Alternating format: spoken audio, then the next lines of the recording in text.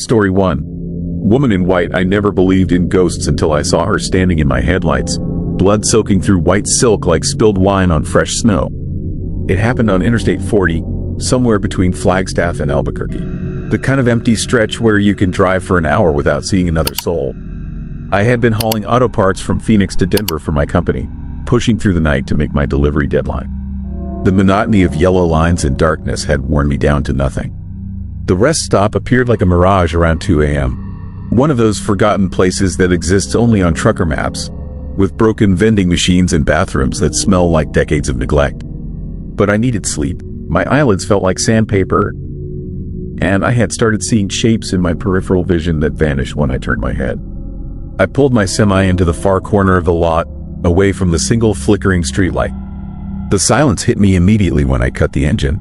No highway noise, no wind, just the kind of absolute quiet that makes your ears ring. I climbed into the sleeper cab, set my phone alarm for 3 hours, and closed my eyes. Sleep came fast and heavy, the kind of dreamless black that feels like falling into a well. But something pulled me back to consciousness before the alarm. A sound, soft at first, like fabric brushing against metal, then rhythmic, like footsteps circling my truck. I lay still in the darkness, listening. The footsteps stopped, everything went quiet again, but now the silence felt different. Expectant, like something was waiting. My hand found the key and turned over the engine. The diesel rumbled to life, and I flipped on the headlights to illuminate the empty lot ahead. That's when I saw her. She stood directly in front of my truck, maybe 20 feet away. A woman in a wedding dress, the kind with layers of white silk that pooled around her feet. But the dress was wrong. Dark stains spread across the fabric like ink in water, and in the harsh glare of my headlights, those stains looked exactly like blood. She didn't move, didn't react to the light or the sound of my engine. Just stood there facing me, her head tilted at an angle that made my stomach twist. Her dark hair hung in wet tangles across her face, hiding her features completely. I sat frozen behind the wheel, my heart hammering against my ribs. This had to be some kind of prank. Maybe a hitchhiker, or someone whose car had broken down. But the way she stood so perfectly still, like a statue, made every instinct in my body scream that something was terribly wrong. Then I heard another truck approaching on the highway. The sound of its engine grew louder, and suddenly its headlights swept across the rest stop as it passed. For maybe 2 seconds, the entire area was flooded with bright white light. The woman vanished, not like she ran away or hid behind something. She simply wasn't there anymore. The space where she had been standing was empty asphalt, as if she had never existed at all. I sat there for a long time, engine idling, staring at that empty patch of ground. My rational mind tried to explain it away. Maybe I had been more tired than I thought. Maybe I had dozed off again and dreamed the whole thing. But the image of her was burned into my memory with perfect clarity. The blood-stained dress, the unnatural angle of her head, the way she had stood so motionless in my headlights. I should have driven away immediately. Should have gotten back on the highway and put as much distance as possible between myself and that rest stop. Instead, I found myself climbing down from the cab, drawn by a curiosity I couldn't explain. The night air was cold against my skin, and my boots echoed unnaturally loud against the asphalt as I walked to the spot where she had been standing. There was nothing there, no footprints, no signs that anyone had been in the lot except me. But as I stood in that exact location, the temperature seemed to drop another 10 degrees. That's when I noticed the historical marker. It stood at the edge of the lot, one of those bronze plaques that states put up to commemorate local history. I had missed it when I first pulled in, hidden as it was behind a cluster of dead bushes. I walked over and used my phone, this flashlight, to read the inscription. The words made my blood turn to ice water. On this site in 1952, Sarah Mitchell was killed in a car accident while driving to her wedding. She was found wearing her wedding dress, having apparently tried to flag down help after the crash. Local legend claims her spirit still appears to travelers at this location, seeking assistance that never comes. Below the text was a faded photograph. A young woman with dark hair, wearing a white wedding dress. The same dress I had just seen standing in my headlights. I backed away from the marker, my hands shaking so badly I could barely hold my phone. This couldn't be real. Ghosts were stories people told around campfires, not something that actually appeared to truck drivers on lonely highways.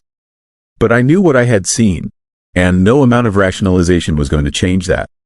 As I walked back toward my truck, I heard the footsteps again, soft and measured, coming from somewhere behind me. I spun around, sweeping my phone, this light across the rest stop, but saw nothing except empty picnic tables and garbage cans. The footsteps stopped. I ran the remaining distance to my truck, yanked open the door, and threw myself behind the wheel. My hands fumbled with the gear shift as I put the rig in drive and floored the accelerator, sending gravel spraying behind me as I peeled out of the lot.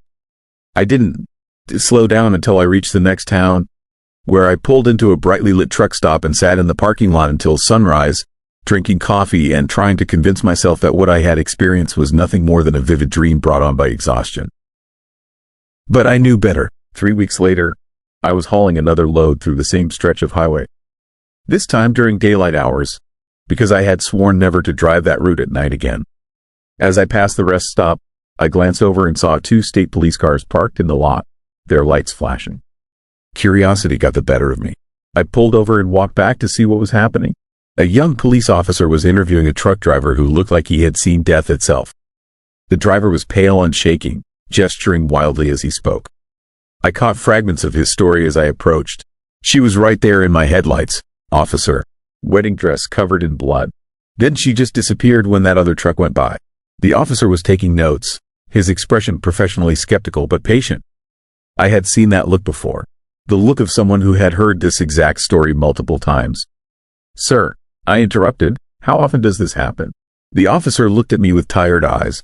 You'd be surprised. We get reports about once a month. Always the same story, always the same description. He closed his notepad and sighed. State, he's been talking about closing this rest stop for years. Too many complaints. Too many drivers who refuse to stop here anymore. As I walked back to my truck, I thought about Sarah Mitchell and her eternal vigil on this stretch of forgotten highway. How many drivers had seen her over the decades? How many had driven away, changed, carrying her story with them like a weight they could never put down? I never drove that route at night again, but sometimes, when I am hauling late loads through other lonely stretches of highway, I catch myself checking my mirrors more often than necessary. Because once you've seen something that shouldn't exist, you start to realize how thin the boundary really is between the world of the living and whatever lies beyond. And sometimes, in my peripheral vision, I swear I see a figure in white standing just outside the reach of my headlights, waiting patiently for someone to stop and help her find her way home. Story 2. Alien storm of I-70. The storm killed every light for 50 miles, then something else turned them back on from the sky. I was hauling medical supplies from Denver to Kansas City when the weather hit. The forecast had called for scattered showers, nothing that would slow down a driver with 20 years on the road. But this storm came out of nowhere like nature had suddenly gone insane. One minute I was cruising through the flat Kansas prairie under clear skies. The next minute the horizon turned black as motor oil. The wind hit first, rocking my 18-wheeler like a toy. Then the rain came down in sheets so thick my wipers couldn't keep up. Lightning split the sky every few seconds, turning the world into a strobing nightmare of white and shadow. I pulled off at a truck stop near Colby, figuring I would wait it out like any sensible driver. The place was packed with semis and cars, everyone with the same idea. Through the diner windows, I could see people nursing coffee and checking weather apps, hoping for a break in the storm. But this was unlike any storm I had ever seen. The lightning strikes were constant, so close together they created an almost solid wall of electricity across the sky. The thunder was deafening, shaking the ground beneath my feet, and there was something else about the lightning that bothered me. It was too bright, too blue, and it seemed to move in patterns that made no sense. That is when the power went out. Not just at the truck stop. Everything, every light for as far as I could see went dark simultaneously, like someone had thrown a master switch for the entire region. The diner, the gas pumps, the highway lights, even the cell towers. My truck, its electrical system died completely. The digital clock on my dashboard went black, along with every other electronic device I carried. In the sudden darkness, the only light came from the lightning. And that is when I saw it. Behind the storm clouds, moving slowly from east to west, was a massive blue glow. Not lightning, this was steady, purposeful, casting an eerie light that seemed to come from everywhere and nowhere at once. The light was so bright it illuminated the entire landscape through the thick cloud cover, turning everything the color of deep ocean water. I stood next to my truck in the parking lot, rain soaking through my jacket, watching this impossible light move across the sky with deliberate precision. It was huge, bigger than anything that should be able to move through the atmosphere. And it was completely silent despite the chaos of the storm around it. Other drivers had noticed it too. I could see them stepping out of their rigs, pointing up at the sky, their faces lit by that strange blue radiance. Nobody spoke. We all just stood there in the pouring rain, watching something that defied every natural law we understood. The light moved with purpose, following what seemed like a predetermined path across the sky. As it passed overhead, I felt a pressure in my skull, like the air itself was pressing down on my brain. My teeth started to ache, and I tasted copper in my mouth. The feeling reminded me of being too close to high-voltage power lines, but magnified 100-fold. Then, as suddenly as it had appeared, the light vanished. The storm stopped immediately, not gradually, not winding down like storms do. It just stopped. The rain cut off like someone had turned off a faucet. The wind died to nothing. The lightning ceased completely. Within seconds, the clouds began to break apart and drift away, revealing stars that seemed impossibly bright against the suddenly clear sky. And the power came back on. Every light, every electronic device, everything that had died during the blackout suddenly roared back to life. My truck's engine started by itself. Car alarms began wailing across the parking lot.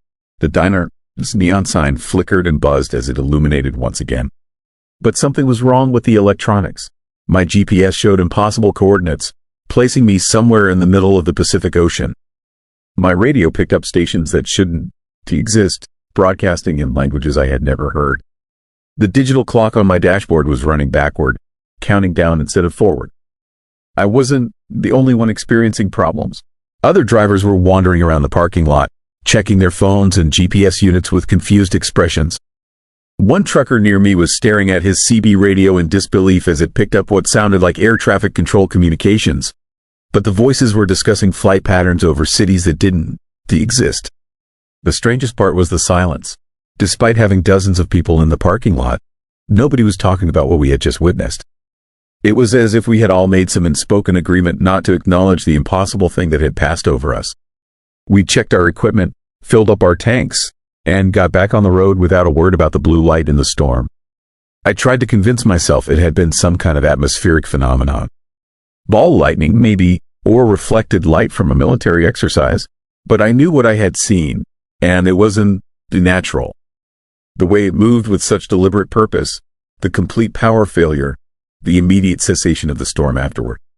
It was too coordinated, too controlled to be anything from this world. As I drove away from the truck stop, I noticed something else disturbing. The landscape looked wrong, not dramatically different, but subtly off in ways that made my skin crawl. The farmhouses seemed to be in slightly different positions. The road signs showed distances that didn't match my memory. Even the horizon seemed to sit at the wrong angle, as if the entire world had been shifted a few degrees while we weren't looking. My CB radio crackled to life as I merged back onto I-70. Other truckers were finally starting to talk, but their conversations made no sense. They were discussing routes through cities I had never heard of, referring to highways that didn't exist on any map I knew. When I tried to join the conversation, asking about the storm, there was nothing but dead silence on the channel. It was as if I was the only one who remembered what the world had been like before the blue light. Over the next few days, I started noticing more changes. Small things at first, gas stations in different locations than I remembered, billboards advertising products that seemed slightly wrong, familiar brands with names that were just one letter off from what they should be. People I had known for years acting like strangers when I called them. The most disturbing change was in the night sky. The stars were in the wrong positions. Constellations I had learned as a child were altered, with extra stars or missing ones. The moon seemed larger, closer, and it cast shadows that fell at impossible angles. I tried researching what I had experienced, searching online for reports of similar phenomena. But every search came up empty, or led to websites that seemed to be written in code, discussing the storm in terms that made no sense. It was as if the entire internet had been scrubbed of any reference to what had happened that night in Kansas. The worst part was the growing certainty that I was the only one who remembered the world as it had been before. Everyone else seemed perfectly adapted to this slightly wrong version of reality, as if they had always lived in a place where the stars were arranged differently and familiar companies had unfamiliar names. Sometimes, Late at night on empty highways, I catch myself scanning the sky for that blue light. Part of me hopes to see it again, thinking maybe it could take me back to the world I remember. But another part of me, the part that tastes copper whenever I think about that night, knows that seeing it again would be the last thing I ever do. Because whatever was controlling that light, whatever was powerful enough to stop a storm and rearrange reality itself, is still out there. Still moving through our skies with purpose we can, do you understand?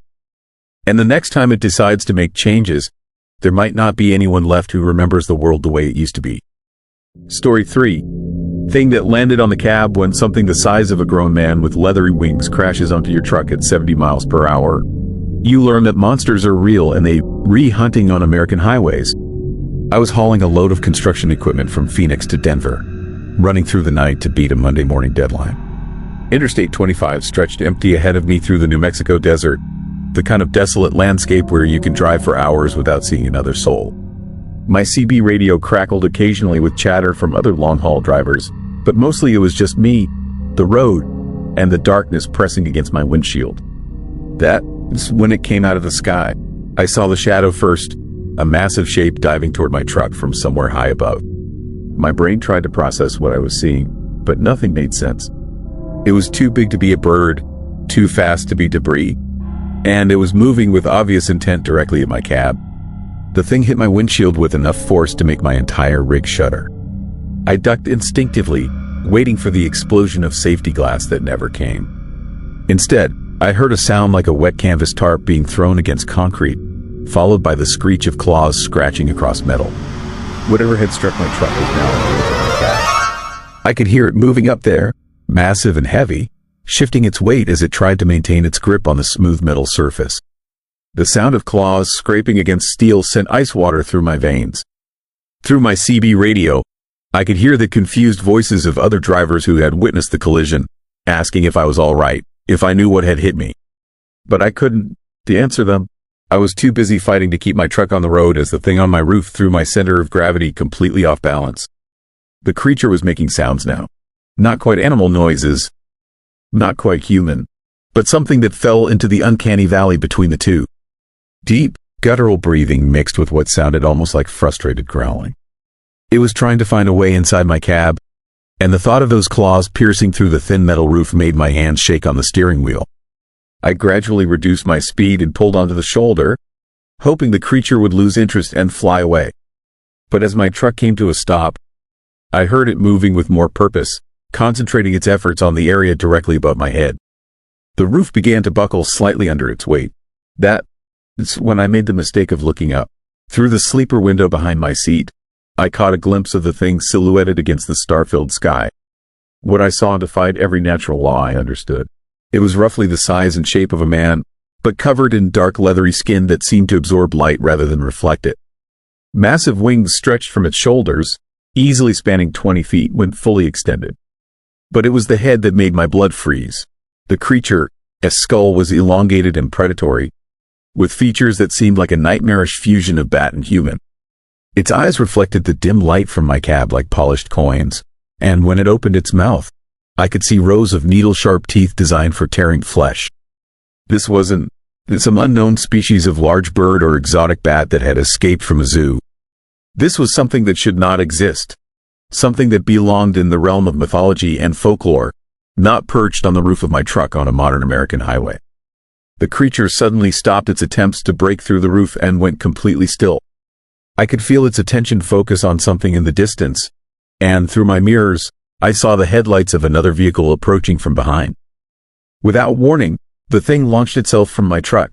I heard the powerful beat of its wings as it gained altitude, and through my windshield, I watched it disappear into the darkness above. The approaching vehicle, a pickup truck with out-of-state plates, passed by without slowing, its driver apparently unaware of what had just transpired. I sat in my cab for 20 minutes, engine idling, waiting to see if the creature would return. My hands were still shaking as I climbed out to inspect the damage to my truck. The roof of my cab was covered in deep scratches where claws had tried to find purchase on the smooth metal. Several of the gouges were so deep they had nearly punctured through to the interior. But more disturbing than the damage were the stains. Dark patches covered the scratched areas, and when I touched one with my finger, It came away sticky and warm. The substance had a metallic smell that reminded me of blood, but it was darker than any blood I had ever seen, almost black in the dim light from my running lights. I took photos with my phone, knowing nobody would believe my story without evidence. But when I looked at the images on my screen, they showed only ordinary scratches on metal. The strange stains were completely invisible in the photographs, as if they existed in a spectrum of light my camera couldn't capture.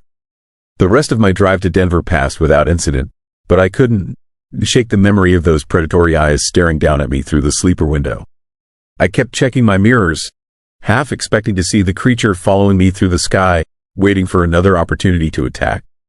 At my delivery location, the dock supervisor noticed the scratches on my cab and asked what had happened. I told him I had scraped against some low-hanging branches, but he looked skeptical. The gouges were too precise, too deliberately placed to have been caused by random contact with vegetation. More importantly, there were no trees anywhere along the road I had traveled. I started researching similar incidents as soon as I got home, spending hours searching online for reports of large winged creatures attacking vehicles. What I found made me wish I had never looked. The sightings went back decades, scattered across the American Southwest like breadcrumbs leading to some terrible truth. Truckers, late-night commuters, and travelers on lonely highways reporting encounters with massive flying creatures that defied classification. The descriptions were remarkably consistent despite coming from sources separated by thousands of miles and many years. But the most disturbing pattern I discovered was what happened to many of the people who reported these encounters. Several of the witnesses had disappeared within weeks of their sightings. Their vehicles found abandoned on remote stretches of highway. No signs of struggle, no indication of where they had gone. The official explanations varied. Some were ruled suicides despite no evidence of depression or mental instability. Others were classified as accidents, victims who had supposedly wandered into the desert and become lost. But reading between the lines of police reports and newspaper articles, I began to see a different pattern emerging. The creatures weren't just random encounters. They were hunting specific people, targeting witnesses who had seen too much and eliminating them before they could spread their stories. 3 weeks after my encounter, I started noticing that I was being followed. Not by police or government agents, but by shadows moving across the sky during my night runs. Shapes that flew too high and moved too purposefully to be natural birds. I would catch glimpses of them in my peripheral vision, pacing my truck from hundreds of feet above. But whenever I looked directly up, they would vanish into the darkness. My CB radio began picking up strange transmissions on frequencies that should have been empty. Voices speaking in languages that didn't sound human, mixed with sounds that reminded me of the breathing I had heard on my truck roof. The signals were strongest during my night drives through remote areas, as if something was monitoring my location and reporting my movements. I tried changing my routes, varying my schedule, even taking a week off from long-haul driving. But the watchers in the sky always found me. They were patient, methodical, waiting for the right moment to make their move. The worst part was the dreams. Every night, I found myself back on that highway in New Mexico, but this time the creature didn't fly away when the other vehicle approached. This time it succeeded in breaking through my cab roof, and I would wake up screaming as those needle-sharp teeth tore into my flesh. But the dreams felt more like memories than nightmares, as if they were showing me glimpses of what was coming. 6 months after the initial encounter, I made a decision that probably saved my life. I sold my truck, quit long-haul driving, and took a job at a local warehouse where I could work day shifts and sleep in my own bed every night. But I know they're still out there. Sometimes, on clear nights when I am driving home from work, I'll see shapes moving between the stars. Predators that exist in the spaces between our understanding of the natural world, hunting on highways where travelers are isolated and vulnerable. I never reported my encounter to the authorities because I learned that doing so was exactly what these creatures wanted. Every official report, every police statement, every news article about mysterious flying beasts was just another way for them to identify potential threats to their secrecy. So I am telling this story anonymously, sharing it in a way that can be traced back to me. Because people need to know that there are monsters hunting on American highways, and the only way to survive an encounter with them is to never speak about it officially. If you read driving alone at night and you see something massive diving toward your windshield, don't stop to investigate the damage afterward. Don't to take pictures or file insurance claims. Just keep driving and never talk about what you saw. Because once you become a witness, you become a target. And these creatures have all the time in the world to hunt you down. They're still up there right now, circling in the darkness above the interstate system, waiting for the next unsuspecting traveler to cross their path. And the next time one of them lands on someone's truck, that person might not be lucky enough to escape with just scratches on their roof. They might disappear entirely, becoming another unexplained missing persons case that gets filed away and forgotten. Just like I almost did. Story 4. Black-eyed hitchhiker. When someone tells you not to look at them, you should listen, because some things are meant to stay hidden in the darkness of a truck cab on a moonless night.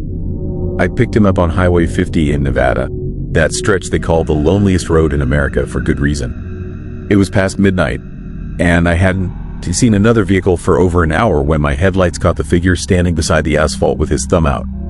He looked young, maybe early 20s, wearing jeans and a hoodie pulled up over his head. Nothing unusual about him except for being out there in the middle of nowhere without a car in sight. But hitchhikers weren't uncommon on remote highways, and I had always been the type to help stranded travelers when I could. I pulled my rig over and leaned across to open the passenger door. The kid climbed up into the cab without a word, settling into the seat with his head down and his hands folded in his lap. Even with the interior light on, the hood cast his face in deep shadow. I asked him where he was headed, and he mumbled something about Reno. His voice was soft and raspy, like he had been walking in the desert for days without water. I told him I could take him as far as Fallon, which was still 100 miles closer to civilization than where I had found him. As we pulled back onto the highway, I tried to make conversation the way drivers do with hitchhikers. Asked him how long he had been waiting, where he was coming from, the usual small talk that passes time on long hauls. But the kid barely responded, just gave one-word answers or grunts of acknowledgement. His behavior didn't strike me as particularly strange. Some people are naturally quiet, and hitchhikers often carried stories they didn't want to share. I figured he was probably running from something, maybe family trouble or legal problem. It wasn't my business to pry. About 30 miles down the road, I offered him coffee from my thermos. I always kept a full pot brewing on long runs, and the night was cold enough that hot coffee seemed like common courtesy. The kid shook his head without looking up. His hands remained folded in his lap, and he seemed to be studying his fingers with intense concentration. I couldn't see his face at all under that hood, but something about his posture suggested he was making a deliberate effort not to meet my eyes. That is when I started to feel uneasy. There was something wrong about the way he held himself, too rigid and controlled, like he was concentrating on maintaining a human appearance. His breathing was barely audible, so shallow I wasn't sure he was breathing at all. And despite the warmth from my truck's heater, the temperature in the cab seemed to be dropping steadily. I glanced over at him several times as we drove, trying to get a better look at his face, but the angle of his head and the shadow cast by his hood made it impossible to see anything clearly. He might as well have been wearing a mask. The interior light flashed on briefly when we hit a pothole, and in that split second of illumination, I caught a glimpse of what was hidden under the hood. His eyes were completely black, not just the pupils or the irises, but the entire visible surface from lid to lid. Solid, glossy black like polished obsidian, reflecting the cabin light like dark mirrors. There were no whites, no color, no human features at all. Just two black voids where I should have been. I must have made some sound of shock or surprise, because the kid, his head turned slightly in my direction. When he spoke, his voice carried a tone of weary resignation, like he had been through this exact situation many times before. He told me it was better if I just didn't look.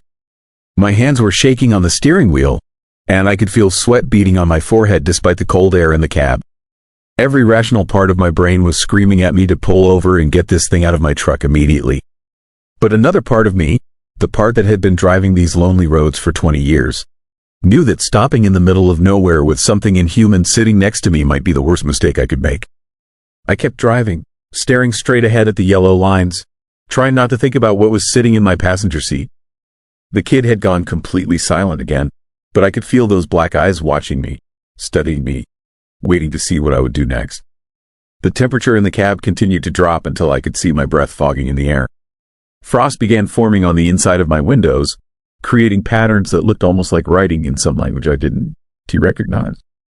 My truck's heater was running full blast, but it couldn't It seemed to counteract the supernatural cold radiating from my passenger. I wanted to ask him what he was, where he had come from, what he wanted. But something told me that asking those questions would be crossing a line I couldn't uncross. As long as I didn't look at him directly and didn't acknowledge what I had seen, maybe I could get through this encounter without something terrible happening. The miles crawled by in silence. Every few minutes, I would risk a quick glance toward the passenger seat, careful to keep my eyes focused on his hands or the door handle, anywhere except that hooded face. He remained perfectly motionless, hands folded, head down, like a statue carved from shadow. But I could feel his attention like a physical weight pressing against my skull. Somewhere around the 40-mile mark, I made the mistake of looking in my rearview mirror. In the reflection, I could see the passenger seat clearly, and what I saw there made my heart stop. The hitchhiker wasn't sitting in the seat anymore. He was pressed against the ceiling of my cab, his body contorted at impossible angles, his black eyes staring down at me through the mirror. His mouth was open in what might have been a grin, revealing teeth that were too sharp and too numerous for any human jaw.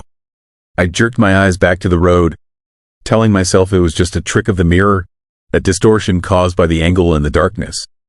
But when I looked in the mirror again, he was back in his seat, sitting normally, as if nothing had happened. The rest of the drive to Fallon passed in a blur of mounting terror and forced normalcy. I focused on my driving, on the familiar routine of operating my truck, on anything except the inhuman presence sharing my cab. The kid never moved, never spoke again, never gave any indication that he was aware of my growing panic. When I finally reached the Fallon exit, I pulled over at the first truck stop I could find. Bright fluorescent lights flooded the parking lot, and the sight of other people moving around the facility filled me with relief. Whatever the thing in my passenger seat was, it seemed less threatening in the presence of artificial light and human activity. I turned to tell the kid we had reached his stop, and found myself staring at an empty seat. The passenger door was still locked from the inside, exactly as it had been when I picked him up. The window was closed. There was no possible way he could have left the cab without me knowing. But he was gone, vanished as completely as if he had never been there at all. The only evidence of his presence was the lingering cold in the air and the frost patterns on my windows that were slowly beginning to melt under the truck. This heater. I sat in that parking lot for 2 hours, drinking coffee and trying to process what had happened. Other truckers came and went, talking about normal things like delivery schedules and road conditions. The ordinary world continued to function around me while I grappled with the knowledge that something impossible had shared my truck for 50 miles of Nevada highway. I never reported the encounter to anyone official. Who would believe a story about a hitchhiker with black eyes who could disappear from a locked vehicle? But I started asking other drivers if they had ever picked up anyone unusual on Highway 50. The stories I heard made me wish I had never asked. Dozens of drivers had encountered the same hitchhiker over the years. Always a young man in a hoodie, always picked up on that desolate stretch of road, always displaying the same unnatural behavior. Some drivers described the black eyes. Others mentioned the supernatural cold or the way he seemed to study them throughout the ride. But the most disturbing stories came from drivers who had tried to interact with him more directly. Those who had persisted in trying to see his face or demanded answers about what he was. Their accounts were fragmentary and often incoherent, as if the memory of what they had experienced was too traumatic for their minds to process clearly. Several of those drivers had been found days later, parked on the side of the highway with no memory of how they had gotten there. Their trucks showed signs of having been driven for hundreds of miles, but the drivers couldn't account for the time or distance. They all reported the same lingering symptoms: sensitivity to bright lights, difficulty sleeping, and a persistent feeling that something was watching them from just outside their field of vision. I started avoiding Highway 50 altogether, taking longer routes that added hours to my trips rather than risk another encounter. But I couldn't shake the feeling that the black-eyed hitchhiker was still out there, still standing beside that lonely stretch of asphalt, still waiting for the next driver willing to stop and offer help to something that should never have been walking among the living. Because I realized something that night in Fallon that haunts me still. The hitchhiker hadn't been trying to get somewhere. He hadn't needed a ride to Reno or anywhere else. He had been hunting, looking for drivers who would pick him up, who would share the isolation of their cabs with something that fed on human contact in ways I didn't want to understand. And when he told me it was better if I just didn't look, he wasn't being considerate. He was being practical, because some things are easier to digest when their prey doesn't to see them coming. Now, when I drive those empty stretches of highway late at night, I don't stop for hitchhikers anymore. I tell myself it is because of safety concerns or company policy, but the real reason is simpler than that. I am afraid that one day I'll see that familiar figure standing beside the road with his thumb out, and this time I want to be strong enough to resist the urge to look directly into those black, bottomless eyes.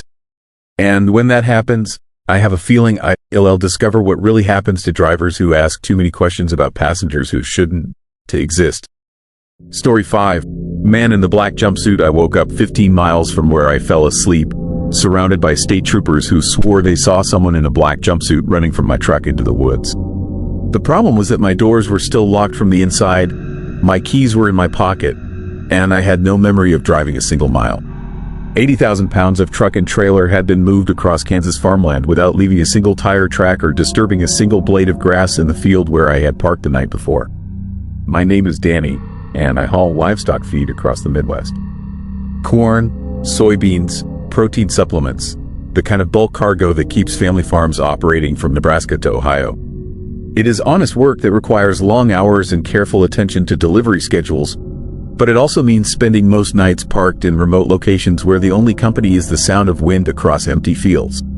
I had been driving for 14 hours when fatigue forced me to pull off Highway 36 near Smith Center, Kansas.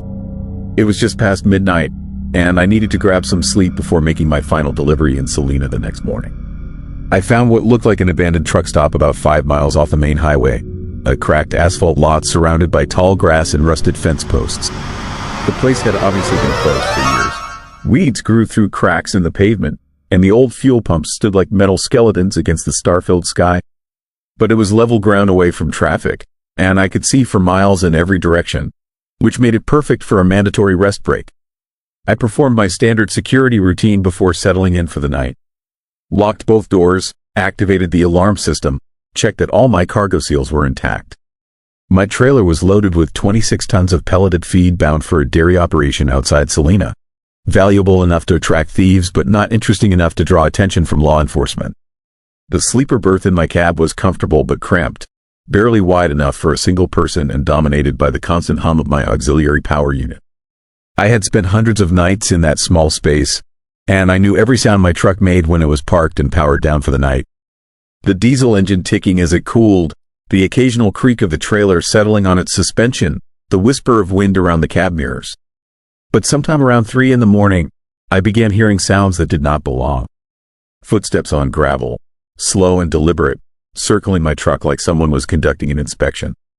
The soft scrape of something metallic being dragged across the pavement.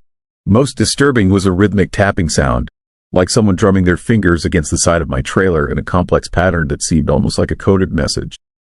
I lay still in my bunk, trying to determine whether the sounds were real or just the product of a mind caught between sleep and waking. Truck stops, even abandoned ones, sometimes attracted vagrants or vandals looking for easy targets. But something about these sounds felt different, more purposeful and organized than random criminal activity. The tapping continued for several minutes, moving from the rear of my trailer toward the cab in a steady progression. Whatever was making the sound seemed to be counting or measuring something, pausing at regular intervals as if taking notes or making calculations. When it reached the area directly behind my sleeper, it stopped completely. The sudden silence was more unnerving than the mysterious sounds had been. I could feel my heart hammering against my ribs as I waited for whatever was out there to make its next move. The air in my sleeper felt thick and oppressive, despite the ventilation fan running at full speed. That was when I heard the voice. It was muffled by the walls of my cab, but I could make out words spoken in a calm, professional tone that somehow made them more frightening than if they had been shouted or threatening.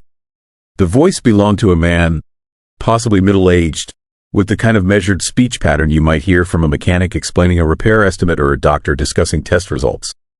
He seemed to be talking to someone else, describing technical details about my truck that no casual observer should have known. Engine specifications, transmission ratios, the exact weight distribution of my loaded trailer.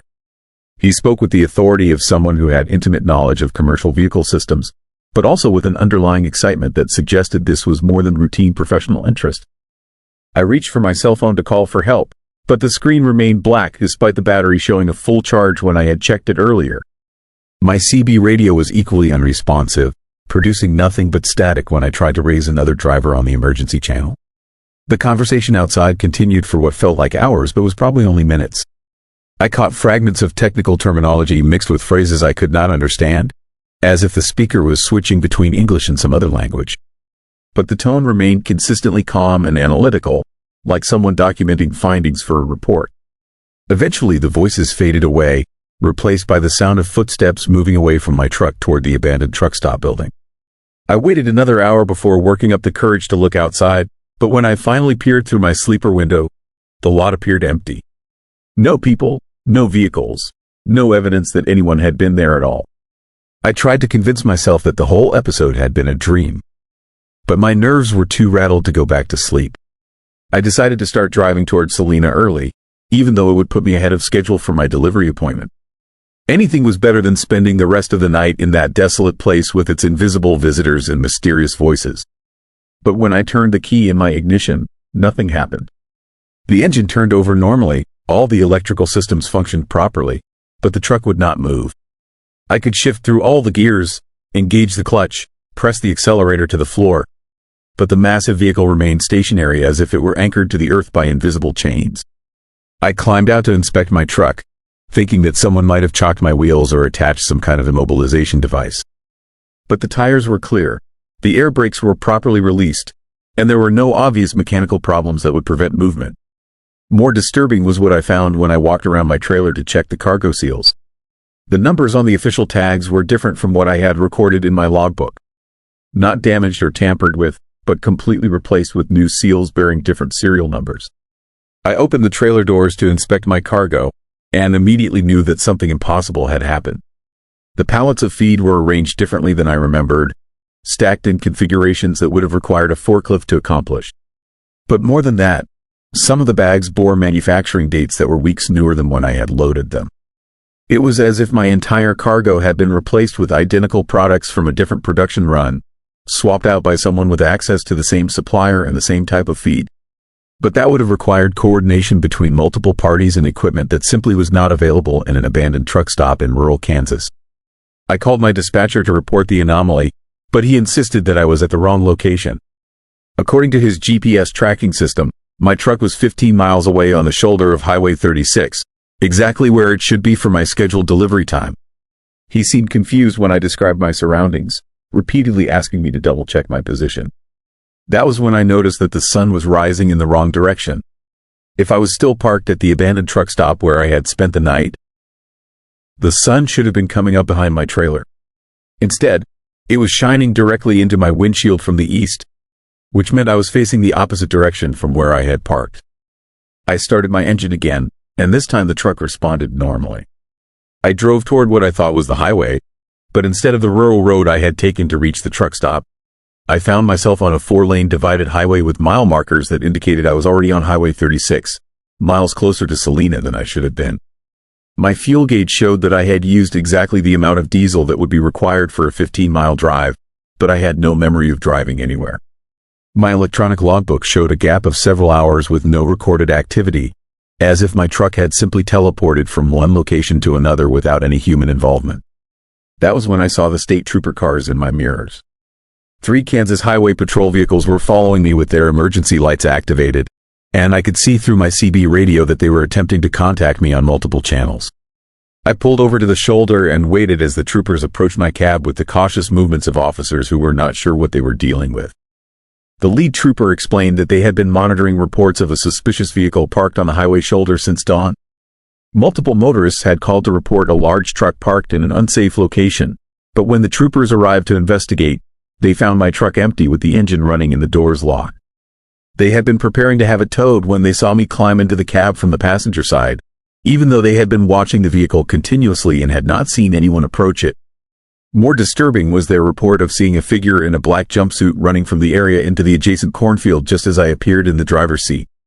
The troopers had searched the field but found no trace of the person they had observed.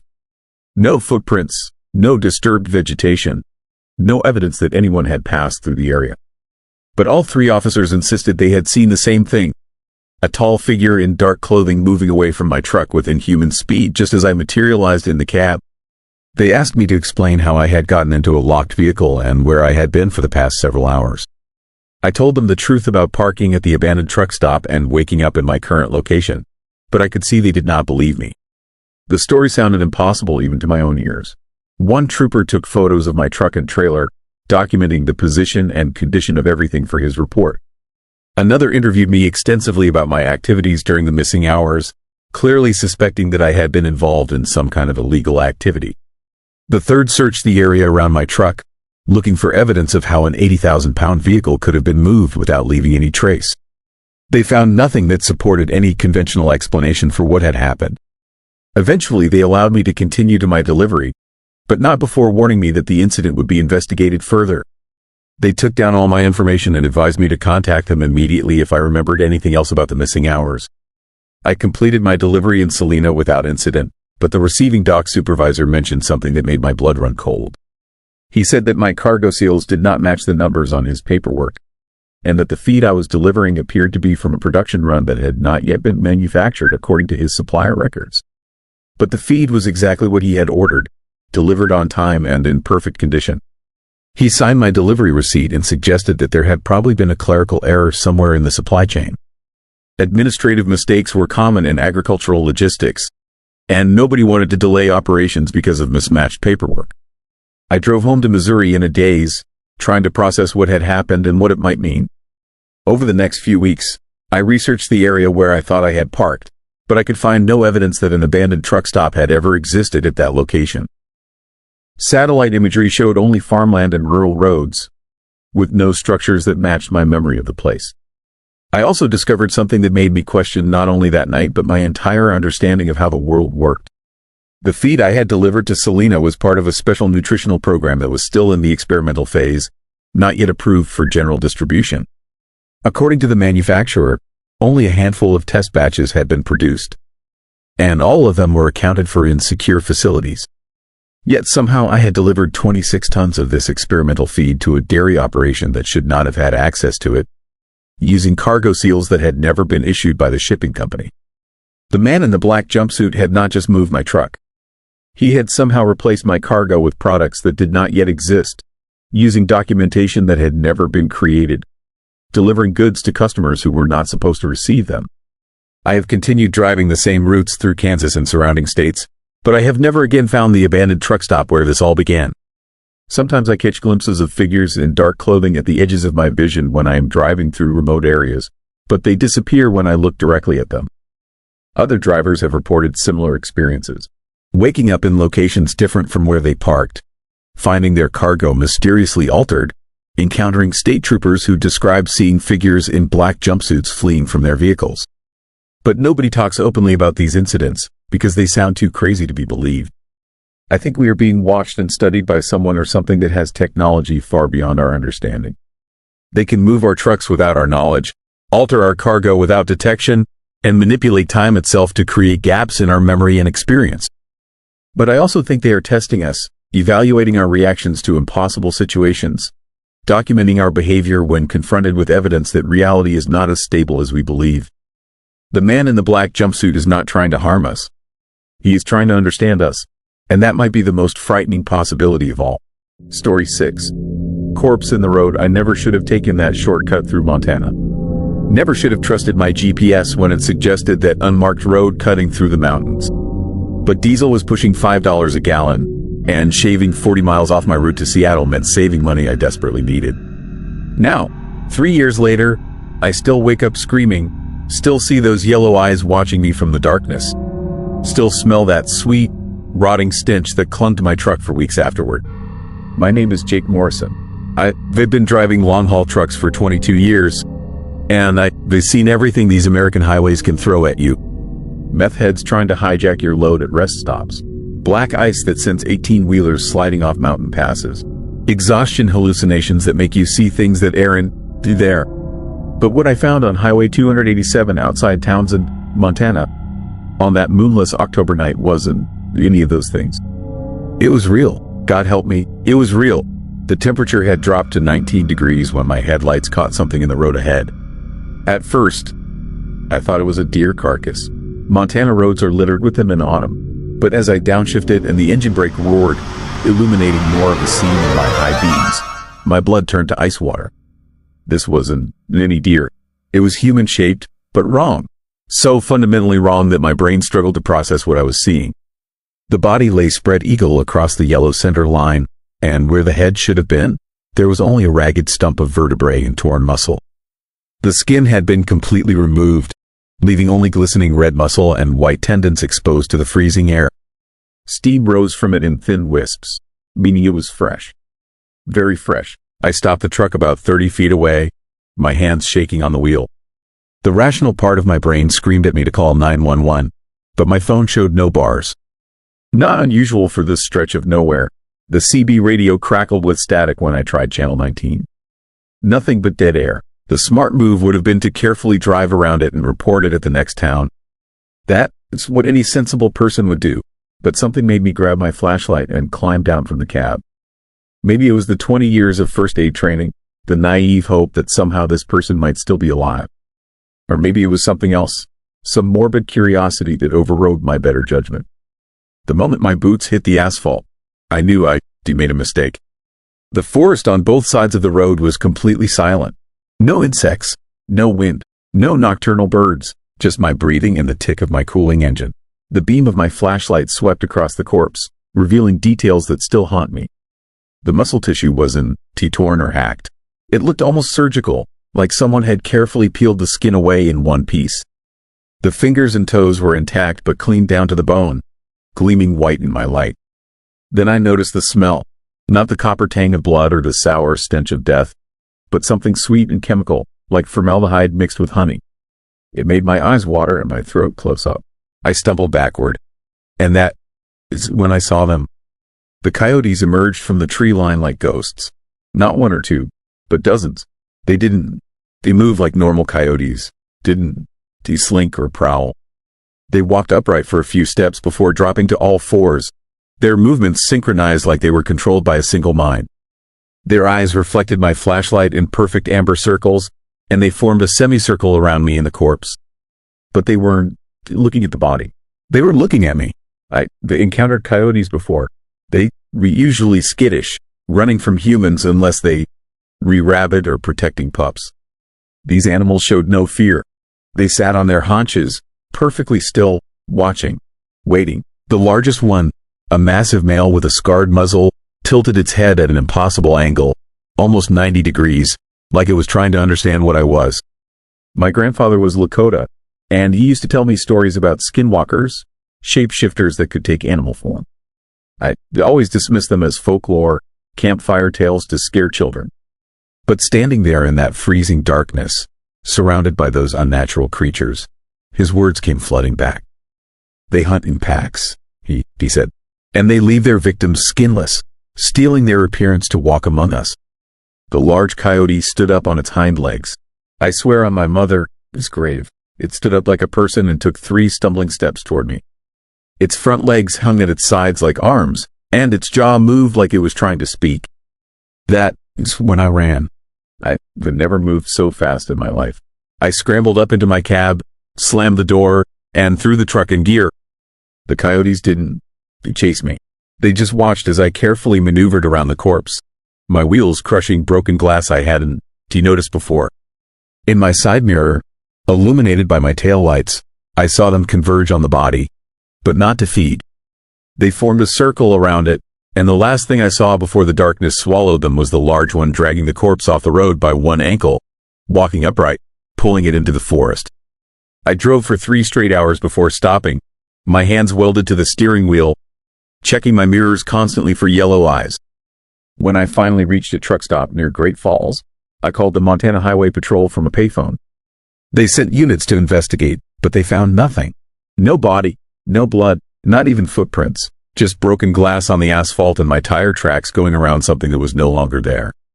The officer I spoke with, a veteran named Thompson, pulled me aside after taking my statement.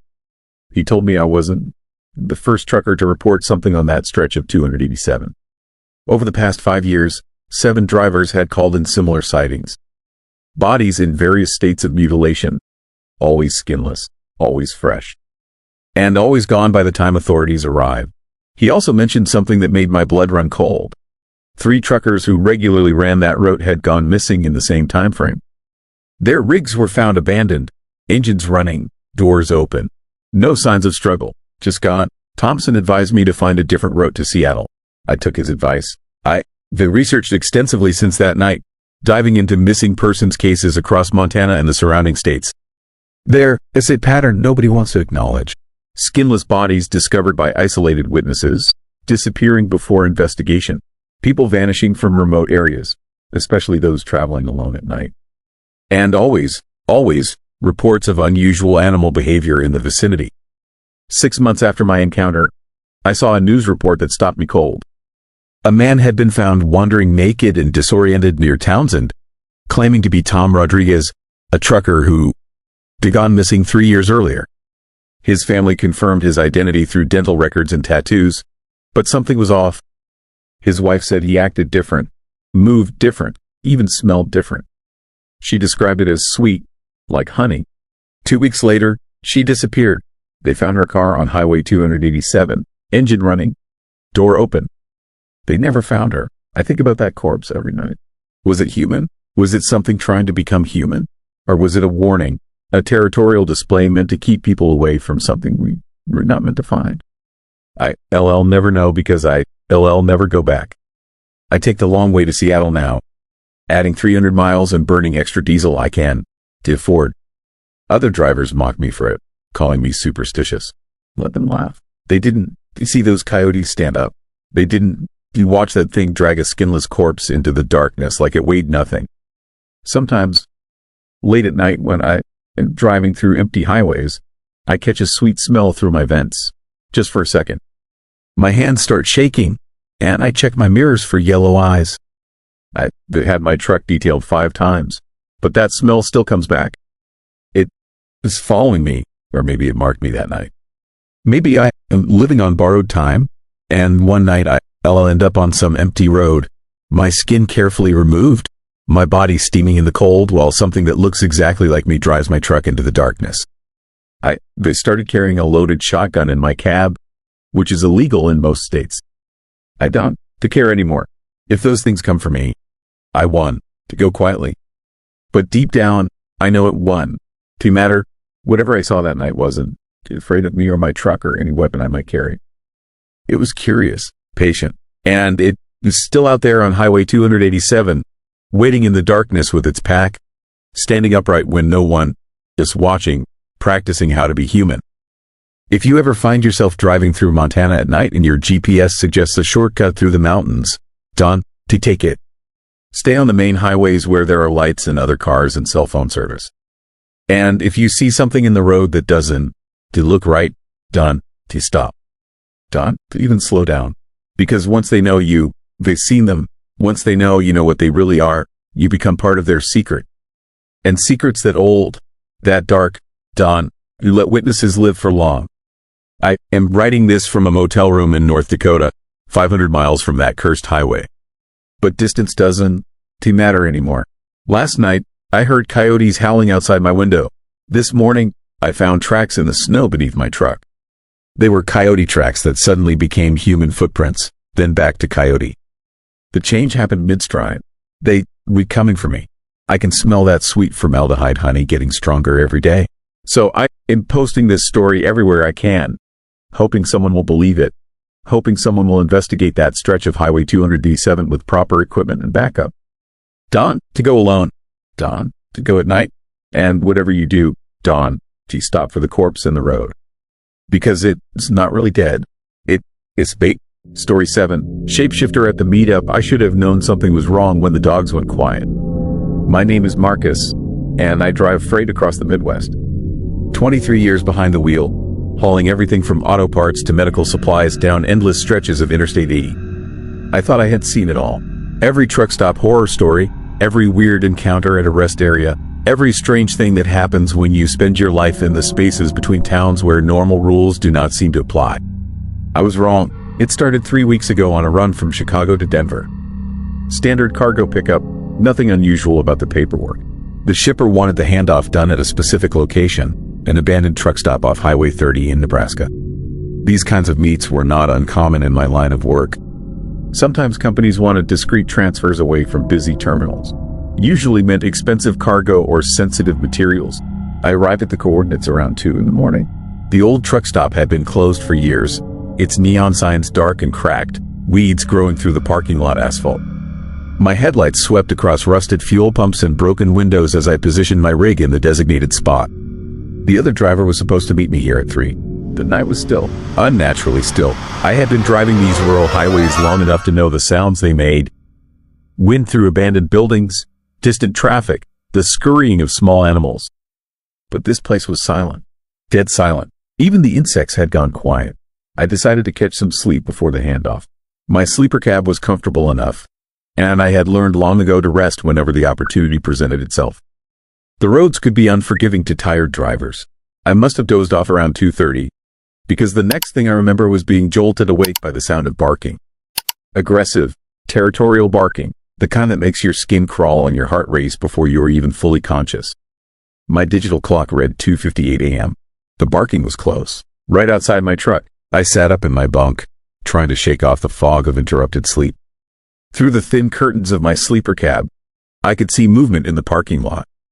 A shadow pacing back and forth near my trailer. Must be a stray dog, I thought. Probably hungry and territorial about this abandoned lot. I had encountered aggressive strays before at remote stops. Usually they would lose interest and wander off if you ignored them. But this barking was different. More intense, more purposeful, like the animal was trying to communicate something urgent and terrifying. I pulled back the curtain to get a better look. What I saw made my blood turn to ice. There was a man standing beside my truck. Not a dog, a man. But he was the source of the barking. His mouth was open wide, and that horrible aggressive sound was coming from his throat. Saliva and foam dripped from his lips as he snarled and snapped at my cab. He was dressed in dirty jeans and a torn flannel shirt. His hair was matted and wild, hanging in greasy strands over his face. But it was his eyes that made my stomach drop. They were wide and unblinking, reflecting the dim light from my dashboard like an animal caught in headlights. There was no human intelligence in those eyes, just raw, feral hunger. He continued barking, pacing around my truck on 2 legs but moving with the restless energy of a caged predator. His head twitched and jerked with each bark, spittle flying from his mouth as he bared his teeth at my windows. I fumbled for my CB radio, hands shaking as I tried to raise someone on the emergency channel. Static filled the cab, no response. I was alone out here with whatever this thing was.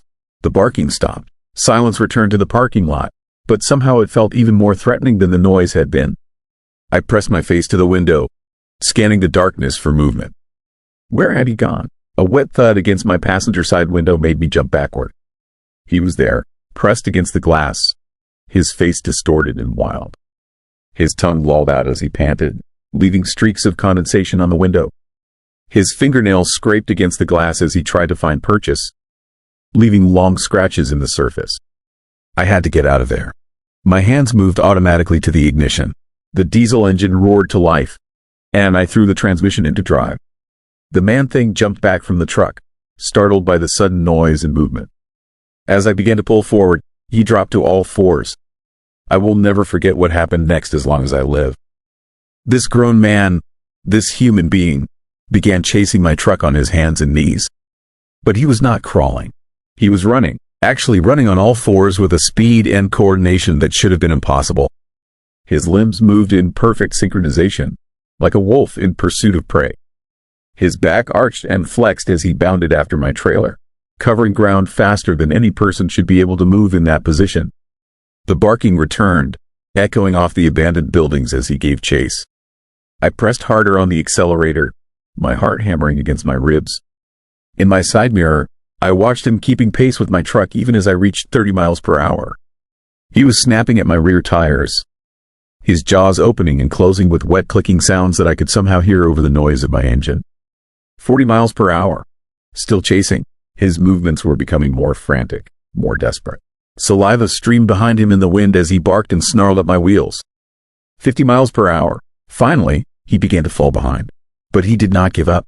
Even as the distance between us grew, I could see him in my mirrors, still running on all 4s, still barking into the darkness.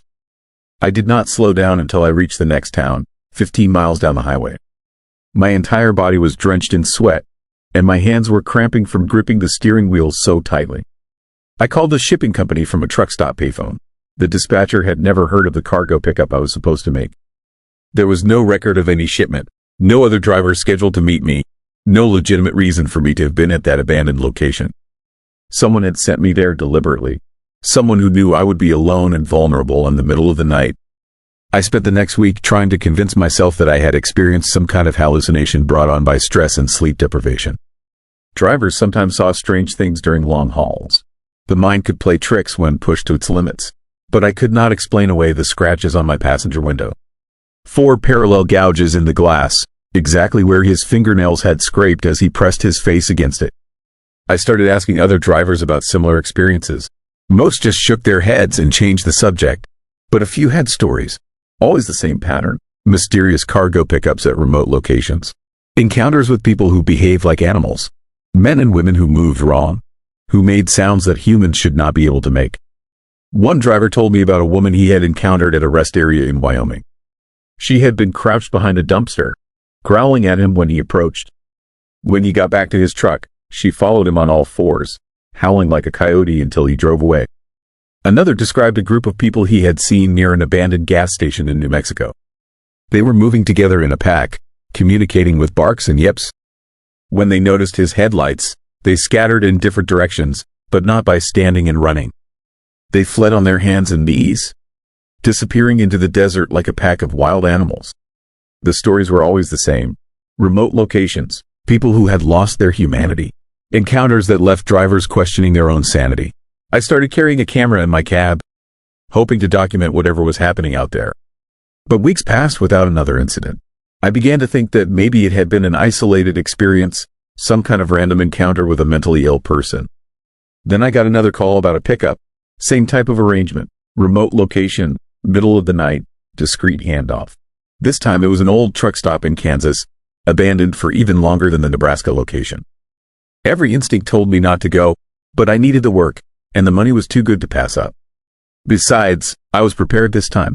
I had my camera ready, and I would not be caught off guard. I arrived at the Kansas location around midnight. The setup was almost identical to the first encounter: empty parking lot, broken windows, weeds growing through cracked asphalt. But this time, I kept my engine running and my doors locked. I did not have to wait long. They came from the tree line at the edge of the property. Not one person this time, but 3. 2 men and a woman, all moving on all fours with that same impossible coordination I had seen before. They approached my truck slowly, cautiously, like predators sizing up potential prey. The woman reached my cab first. She pressed her face against my driver's side window, her breath fogging the glass as she panted. Her eyes were the same as the man from Nebraska: wild, inhuman, reflecting light like an animal. She began to whine, a high-pitched sound that made my teeth ache. The 2 men circled my truck, one on each side. They moved with perfect synchronization, like pack hunters who had done this before. Their movements were fluid and efficient, wasting no energy as they maintained their positions. I raised my camera and started recording. The flash startled them momentarily, and they scattered a few feet before regrouping. But they did not retreat. If anything, the light seemed to make them more aggressive. The whining turned to barking. All 3 of them now, creating a chorus of human voices making animal sounds. The cacophony was overwhelming, disorienting. I could feel panic starting to set in. I threw the truck into reverse and began backing away from them. They gave chase immediately, running alongside my cab and trailer with that same terrifying speed and coordination. In my camera viewfinder, I watched them keeping pace with my truck, their faces twisted with rage and hunger. But something was different this time. As I reviewed the footage later, I noticed details that had escaped me during the encounter. Their clothing was not random.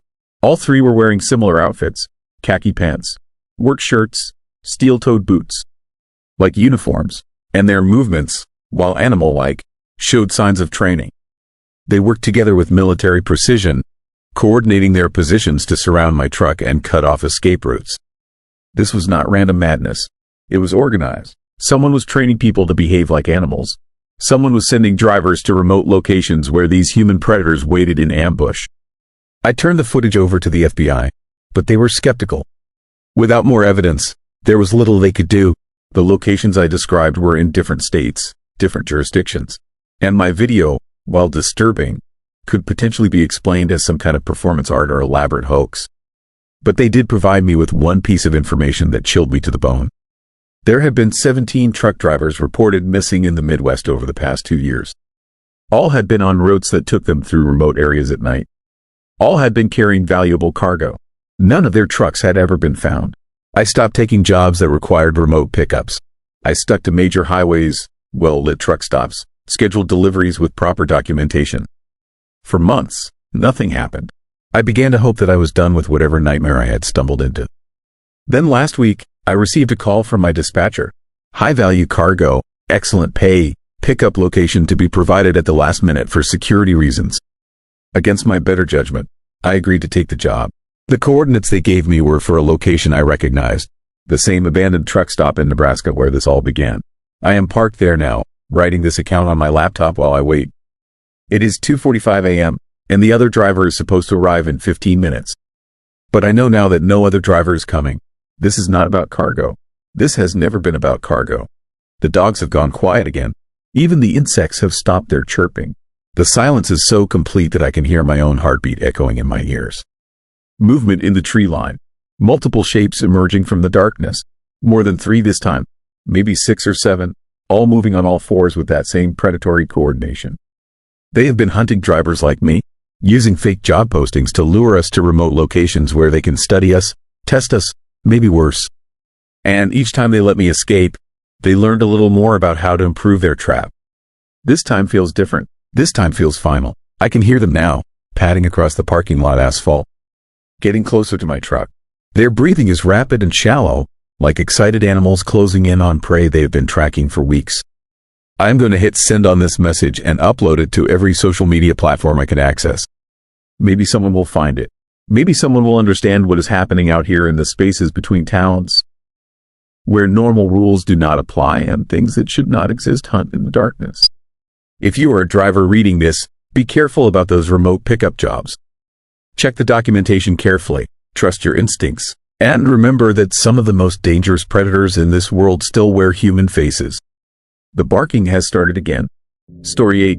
Ambush on the North Dakota highway. The 2 bodies stretched across Highway 83 looked perfectly dead. My name is Jake Morrison, and I have been hauling freight through North Dakota for 12 years. I know every mile of blacktop between Fargo and Williston like the back of my hand. I know where the speed traps hide, which truck stops serve decent coffee at 3 in the morning, and which stretches of highway can swallow a man whole if he's not careful. But I had never seen anything like what waited for me that night. It was 2:15 in the morning when my headlights swept across them. 2 figures lying head to toe across both lanes of the highway, perfectly positioned to block any vehicle from passing. From a distance, they looked like accident victims, maybe a collision with an animal or a drunk driving incident gone wrong. Every instinct told me to stop, check for injuries, call for help. That is what any decent person would do when they encounter bodies on a lonely highway in the middle of nowhere. But something about the scene made my skin crawl. Maybe it was how perfectly aligned they were across the road, like they had been carefully arranged rather than thrown by impact. Maybe it was the complete absence of vehicle debris or skid marks. Or maybe it was the memory of something old Pete Kowalski had told me 3 months earlier at a truck stop in mine. Pete was a legend among North Dakota drivers. 47 years on these highways, hauling everything from oil equipment to grain shipments across the state. He had seen every kind of weather, every type of road hazard, every strange thing that could happen in the vast emptiness between towns. We had been sharing a booth at the Roadway Diner, both of us killing time before our next runs. Pete was nursing his 5th cup of coffee and staring out the window at the endless prairie when he started talking about the ambush crews. He said they had been operating in North Dakota for at least 5 years, maybe longer. Groups of people who staged fake accidents on remote highways to lure drivers into stopping. Once a truck pulled over, they would swarm the vehicle, rob the driver, steal the cargo, and sometimes worse. Pete described their favorite tactic in detail. 2 people would lie across the road, positioned to look like accident victims or bodies thrown from a crash. When a driver stopped to help, accomplices would emerge from the ditches on either side of the highway. The driver would be surrounded before they realized what was happening. He told me about drivers who had disappeared on these lonely stretches. Trucks found abandoned with no sign of their operators. Cargo scattered across the prairie, picked clean by scavengers both human and animal. The state police suspected organized crime, but the vastness of North Dakota made investigation difficult. Too many miles of empty highway, too few witnesses, too many places to hide evidence. At the time, I had dismissed most of it as trucker folklore. Every region had its urban legends, its cautionary tales designed to keep drivers alert and paranoid. But now, staring at those two motionless figures stretched across Highway 83, Pete, his words echoed in my memory with terrifying clarity. I was still half a mile away when I started slowing down. My natural instinct was to stop and render aid, but something deeper and more primitive was screaming at me to keep driving. The scene looked wrong, too staged, too perfect. Quarter mile out, I could make out more details through my windshield. Both figures were wearing dark clothing that made them blend into the asphalt. One was positioned with their head toward the eastern ditch, feet toward the west. The other was reversed, creating a perfect human barrier across both lanes. Their bodies were completely still, no movement that would indicate breathing or consciousness, but they were not mangled or twisted like real accident victims would be. Their limbs were straight and orderly, arms at their sides, legs together, like they had laid down deliberately and were simply waiting.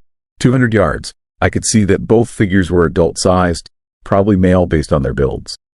Still no movement, no sign of breathing or injury. The highway stretched empty in both directions, no other vehicles or debris anywhere in sight. I made my decision. Instead of stopping, I shifted into the left lane and maintained speed.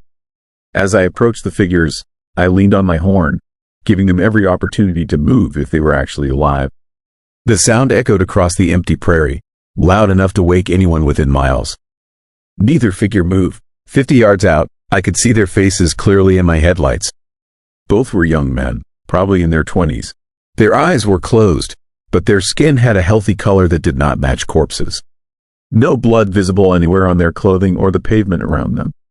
I swerved hard into the oncoming lane, my trailer swaying behind me as I navigated around their bodies. For a moment, I was completely in the wrong lane on a dark highway, vulnerable to any traffic coming the other direction.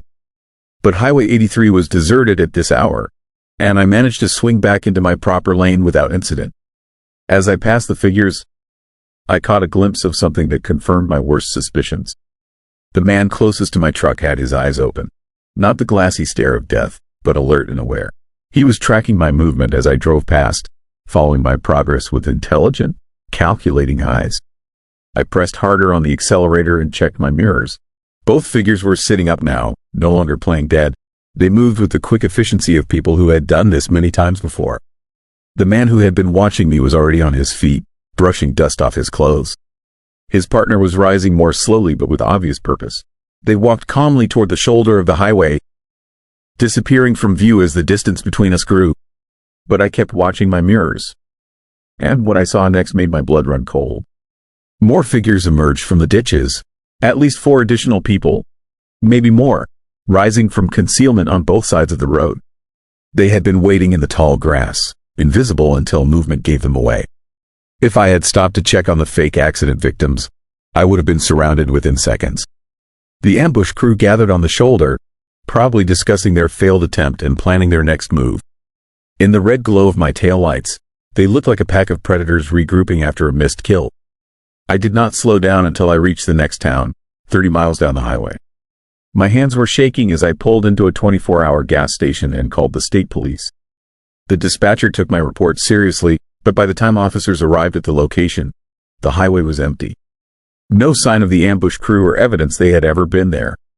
The investigating officer confirmed that similar incidents had been reported throughout western North Dakota over the past several years.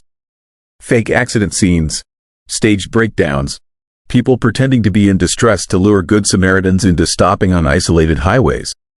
Most of the reports came from drivers who had been suspicious enough to keep moving, like me. The drivers who actually stopped were never heard from again. I started asking other truckers about their experiences on these remote highways. Most were reluctant to talk, but eventually I heard stories that made my encounters seem almost routine.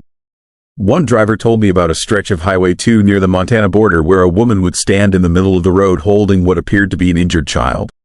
Drivers who stopped found themselves surrounded by armed men who emerged from abandoned buildings on either side of the highway. The woman and child were bait, part of an elaborate trap designed to exploit human compassion. Another described encountering a staged multi-vehicle accident complete with smoke, debris, and apparent casualties scattered across the roadway. Only his CB radio saved him. Another trucker warned him over the airwaves that the same scene had been reported in that exact location 3 times in the past month. The accident was fake, reset and repositioned to catch the next unsuspecting driver. The more stories I collected, the more I realized how organized these ambush crews had become. They were not random criminals taking advantage of isolated highways. They were sophisticated operations with detailed knowledge of traffic patterns, communication systems, and law enforcement response times. They knew which routes were monitored by state police and which were effectively lawless. They understood trucker schedules and rest patterns, positioning their traps to coincide with periods of low traffic when drivers would be most vulnerable. They had studied human psychology, exploiting our natural instinct to help people in distress. Most disturbing of all, they seemed to be coordinating across multiple states. Similar tactics were being reported in Montana, Wyoming, and South Dakota. Different crews, but identical methods. Someone was teaching these techniques, spreading the knowledge of how to hunt effectively on America's loneliest highways. I changed my routes after that night, started avoiding the most isolated stretches, sticking to interstates and major highways where other traffic was more common. I invested in better communication equipment, upgraded my CB radio, and carried emergency beacons that could alert authorities to my location. But I could not shake the feeling that I was being watched. Not paranoia, but the genuine sensation of being tracked by intelligent predators who had learned my patterns and were planning their next attempt. The feeling intensified 3 weeks later when I received a cargo assignment that would take me back through western North Dakota. The route was almost identical to my previous run, following Highway 83 north from Bismarck toward the oil fields around Williston. Excellent pay for a standard freight haul, but the timing and location felt like more than coincidence. I almost turned down the job. Every instinct told me it was a setup, that someone was using legitimate cargo shipments to position drivers for ambush attempts.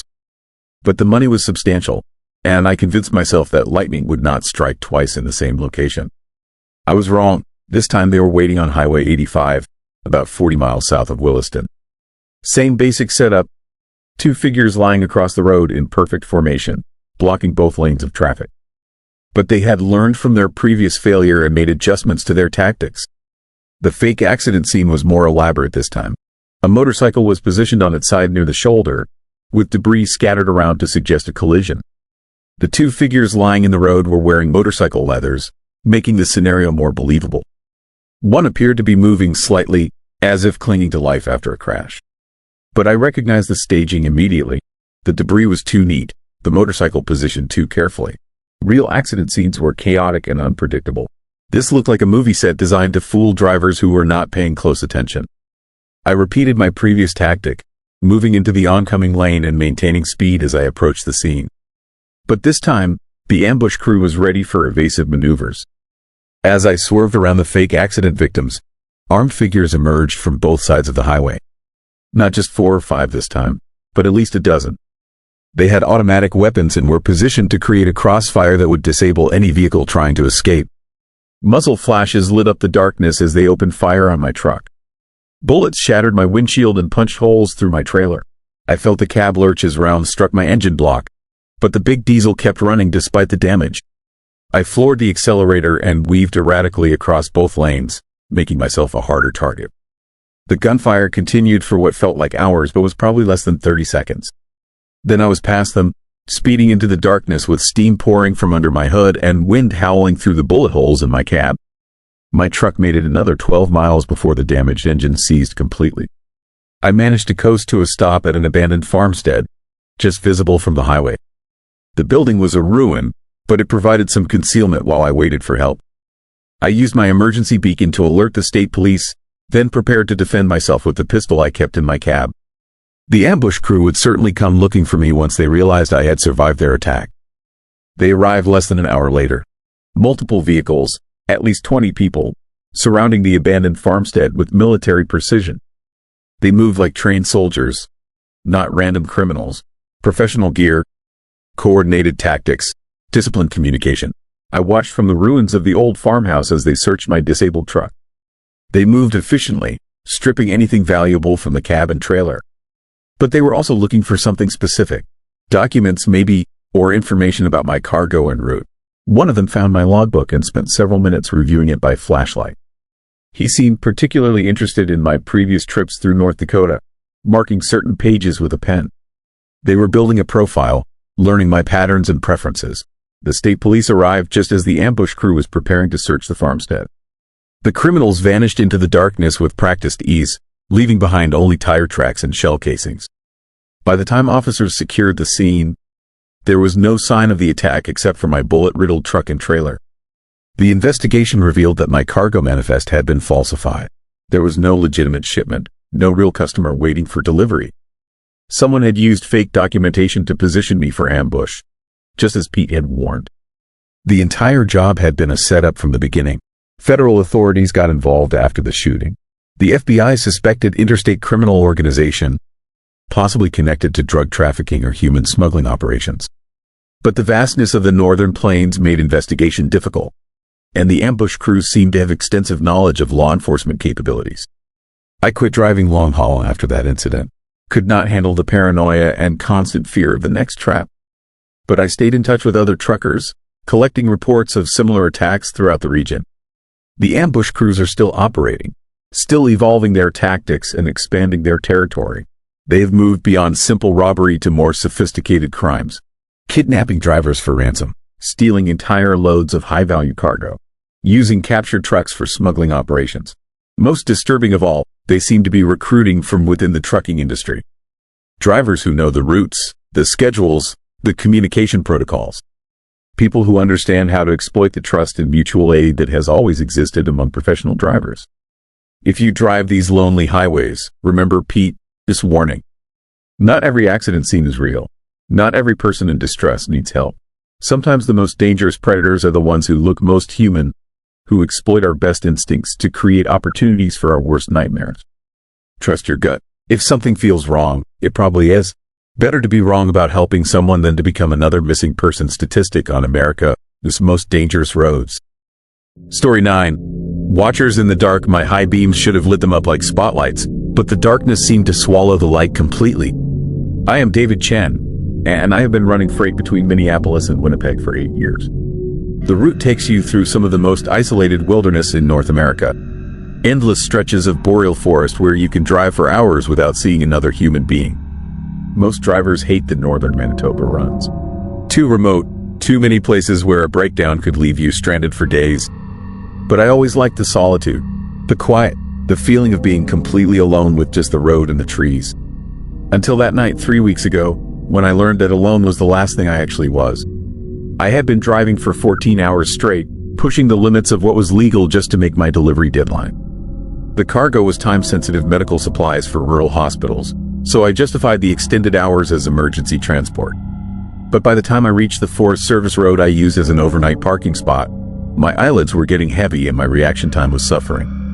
The turnoff was barely visible from Highway 6, just a gravel track that disappeared into the thick spruce forest about 60 miles south of Thompson. I had discovered it 2 years earlier during a blizzard, when I needed shelter and the main highway was becoming impassable. The road led to an abandoned logging camp, complete with concrete pads where buildings used to stand and a clearing large enough to park a semi safely. It was the perfect overnight spot, far enough from the highway to avoid noise and traffic, but close enough to get back en route quickly in the morning. No cell service, but that was actually a benefit when you needed uninterrupted sleep. I pulled into the clearing around 11 p.m. and shut down the engine. The sudden silence was profound. No traffic sounds, no industrial noise, just the subtle creaking of cooling metal and the whisper of wind through the spruce boughs. I had always found the forest silence peaceful, almost meditative, but something was different that night. I was setting up my sleeping bag in the cab when I first felt it. The sensation of being observed. Not the casual awareness you might have of wildlife moving through the forest, but the specific, focused attention of something intelligent studying you with purpose. Every trucker knows that feeling. You develop an instinct for when someone is watching you at a truck stop or rest area. Usually it is just other drivers checking out your rig, or lot lizards looking for potential customers. But this was more intense, more predatory. I peered out through my windshield into the darkness surrounding the clearing. My running lights provided some illumination, But beyond their reach, the forest was a solid wall of black. Nothing visible except the silhouettes of tree trunks disappearing into deeper shadow. I convinced myself it was just nerves. Fatigue playing tricks on my mind. I had been driving too long, and isolation could make anyone paranoid.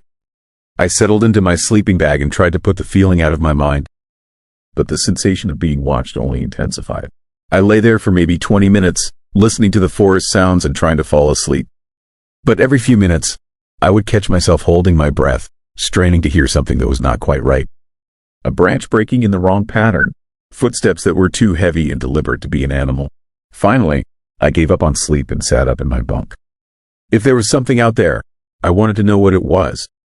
Wild animals were common in this region. Black bears, wolves, even the occasional moose. Most would avoid humans, but a hungry or territorial animal might investigate a truck parked in their territory. I climbed into the driver's seat and flipped on my high-beam headlights. The twin beams cut through the darkness, illuminating the clearing and the first few rows of trees beyond. Everything looked normal. Tall spruce and birch, undergrowth thick with ferns and berry bushes, scattered deadfall from previous storms. A typical northern forest scene. But at the very edge of my light range, something was wrong. There were shapes standing among the trees that did not belong. Tall, impossibly thin figures that seemed to absorb light rather than reflect it. They stood perfectly still, positioned just where my headlight beams began to fade into shadow. I counted at least 6 of them, maybe more. Each one was easily 8 feet tall, with proportions that looked human but stretched to unnatural dimensions. Their limbs were too long, their torsos too narrow, their heads slightly too large for their bodies. But what disturbed me most was their darkness. These were not just people wearing dark clothing. The figures seemed to be made of living shadow, so black that they created voids in the landscape around them. My high beams, which could illuminate objects clearly at 300 yards, seemed to have no effect on them at all. I blinked hard, thinking my eyes were playing tricks on me. Maybe tree shadows were creating optical illusions, or fatigue was causing hallucinations. But when I looked again, the figures were still there, still watching. I reached for my spotlight, a million candle power beast that could turn night into day. I aimed it directly at the nearest figure and triggered the switch. The beam should have lit up the entire tree line like a stadium. Instead, it seemed to simply disappear when it reached the dark figures. The light bent around them, or was absorbed by them, creating pools of absolute blackness that hurt to look at directly. One of the figures moved. Not the normal gait of a person walking through the forest, but a gliding motion that covered ground without any visible leg movement. It approached the edge of the clearing slowly, deliberately, maintaining the same impossible stillness of posture even while in motion. I could feel my heart hammering against my ribs as the thing drew closer. It stopped maybe 50 yards from my truck, just beyond the effective range of my headlights. Even with the spotlight aimed directly at it, I could make out no details. No facial features, no clothing, no surface texture. Just a human-shaped void in reality. The other figures began moving as well, positioning themselves around the perimeter of the clearing. They moved with perfect coordination, like a military unit executing a planned maneuver. Within minutes, they had surrounded my truck completely. I grabbed my CB radio and tried to raise someone on the emergency channel. Static filled the cab, but no human voices responded. Either I was too far from any repeater stations, or something was interfering with the signal. My cell phone showed no service, as expected in this remote location. I was completely cut off from the outside world, surrounded by things that should not exist in a place where no help could reach me. The figures stood motionless at the edge of the clearing for what felt like hours. Watching, waiting. I could not tell if they had faces, but I could feel their attention focused on me with laser intensity. They were studying me, learning about me, perhaps deciding what to do with me. I kept my headlights and spotlight running, desperate to maintain some barrier of light between myself and the watchers. But I could feel my truck, its batteries draining with each passing minute. Eventually, the lights would fail, and I would be left defenseless in complete darkness. Around 3 a.m, exhaustion finally overcame fear. I dozed off in the driver's seat, one hand on the ignition key, ready to start the engine and flee at the first sign of movement. I woke up at dawn to find the clearing empty. The dark figures had vanished with the sunrise, leaving behind no trace of their presence. No footprints in the soft forest floor, no broken vegetation. No evidence that anything unusual had happened during the night. I might have convinced myself it was all a stress-induced nightmare, except for two things. First, my spotlight battery was completely dead, drained far beyond what a few hours of use should have caused. Second, the trees around the clearing showed signs of damage that had not been there the night before. Bark was stripped from several trunks in perfect vertical lines, as if something with claws had marked its territory. The wounds were fresh, with sap still bleeding from the cuts. But the marks were positioned at least 10 feet off the ground, far higher than any normal animal could reach. I got out of the clearing as fast as possible, abandoning my planned rest period and driving straight through to Winnipeg despite my exhaustion. I delivered my cargo, filed my logbook, and tried to put the experience out of my mind. But I could not stop thinking about those figures. The way they absorbed light, the coordinated movement, the sense that they were not just animals or random phenomena, but intelligent beings with their own agenda. I started researching similar encounters online. Most of what I found was obviously fictional, creepypasta stories and urban legends designed to frighten rather than inform. But buried among the hoaxes were a few accounts that felt genuinely disturbing. Other truck drivers reported encounters with tall, dark figures in remote forest areas throughout northern Canada. The details were remarkably consistent. The unnatural height, the light-absorbing darkness, the sense of being studied by predatory intelligence. One driver described an incident near Pickle Lake, Ontario, where similar figures had surrounded his truck for an entire night. He claimed they had somehow interfered with his engine, preventing him from starting his rig until sunrise. When morning came, the figures disappeared and his truck started normally. Another reported seeing the watchers near a lumber camp in northern Alberta. The figures had been standing among the trees during his entire delivery, never moving but clearly observing the human activity. Local workers refused to discuss them, but several mentioned that certain areas of the forest were considered off-limits after dark. The most disturbing account came from a driver who claimed the watchers had followed him. Not physically, but somehow tracking his routes and appearing at multiple locations along his regular runs. He eventually quit long-haul driving entirely, convinced that the figures were hunting him specifically. I might have dismissed these stories as shared delusions or copycat hoaxes, except for what happened 3 weeks later when I returned to the same road. I had avoided the Forest Service road turnoff on my previous trips, parking instead at official truck stops and rest areas despite the noise and security concerns. But a late start and heavy traffic had put me behind schedule, and I needed somewhere quiet to catch a mandatory rest period before continuing to Winnipeg.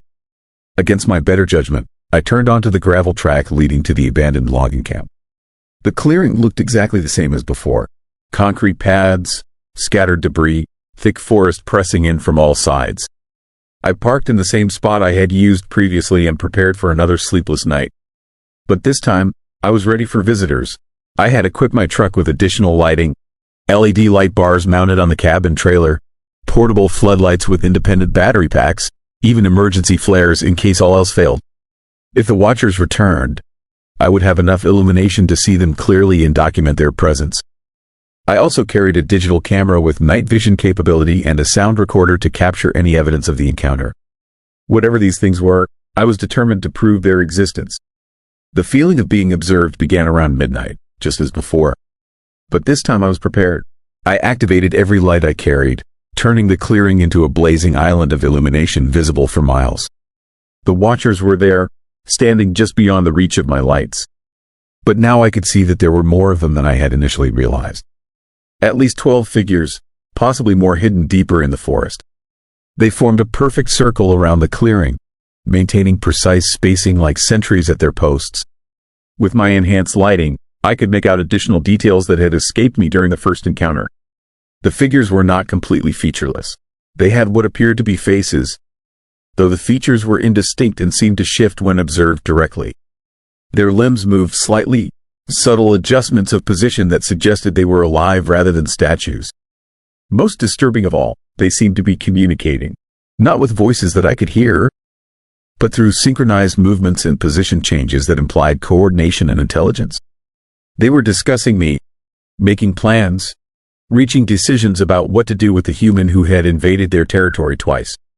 I raised my camera and started recording, using maximum zoom to capture as much detail as possible. Through the viewfinder, the watchers appeared even more unnatural than they did to the naked eye. The camera seemed to enhance their otherworldly appearance, revealing geometries that hurt to process and movements that defied normal physics. As I recorded, one of the watchers began approaching the clearing. It moved with the same gliding motion I had observed before, covering ground rapidly without any visible effort. But this time it did not stop at the edge of my lights. It entered the illuminated area and continued toward my truck. My floodlights, which could turn night into day, had no visible effect on the approaching figure. It remained a void of absolute darkness, a hole in reality that light could not fill. As it drew closer, I could feel the temperature in my cab dropping, as if the thing was somehow draining heat from the surrounding air. 20 yards from my truck, it stopped and stood perfectly still, waiting. I could see now that it was definitely looking at me. Not just in my general direction, but focused specifically on my position in the driver's seat. Its attention was like a physical weight, pressing down on me with suffocating intensity. The other watchers began moving as well, closing the circle around my truck. They approached in perfect synchronization, like pieces of a machine executing a programmed function. Within minutes, they had surrounded my vehicle completely, standing just outside touching distance. I tried to start my engine, planning to ram through their line and escape to the highway. But when I turned the key, nothing happened. The diesel engine, which had never failed to start in 8 years of operation, was completely dead. Not even clicking from the starter solenoid. My radio equipment was equally unresponsive. The CB, my cell phone, even my emergency beacon showed no signs of life. It was as if the watchers were somehow draining electrical energy from my truck, leaving me stranded and helpless. For the next 4 hours, they simply stood there, watching, studying. Occasionally one would tilt its head or adjust its position, but they never moved far from their positions around my truck. I used the time to observe them as carefully as possible, trying to understand what they were and what they wanted. The more I watched, the more convinced I became that these were not natural creatures. Their movements were too coordinated, their behavior too purposeful.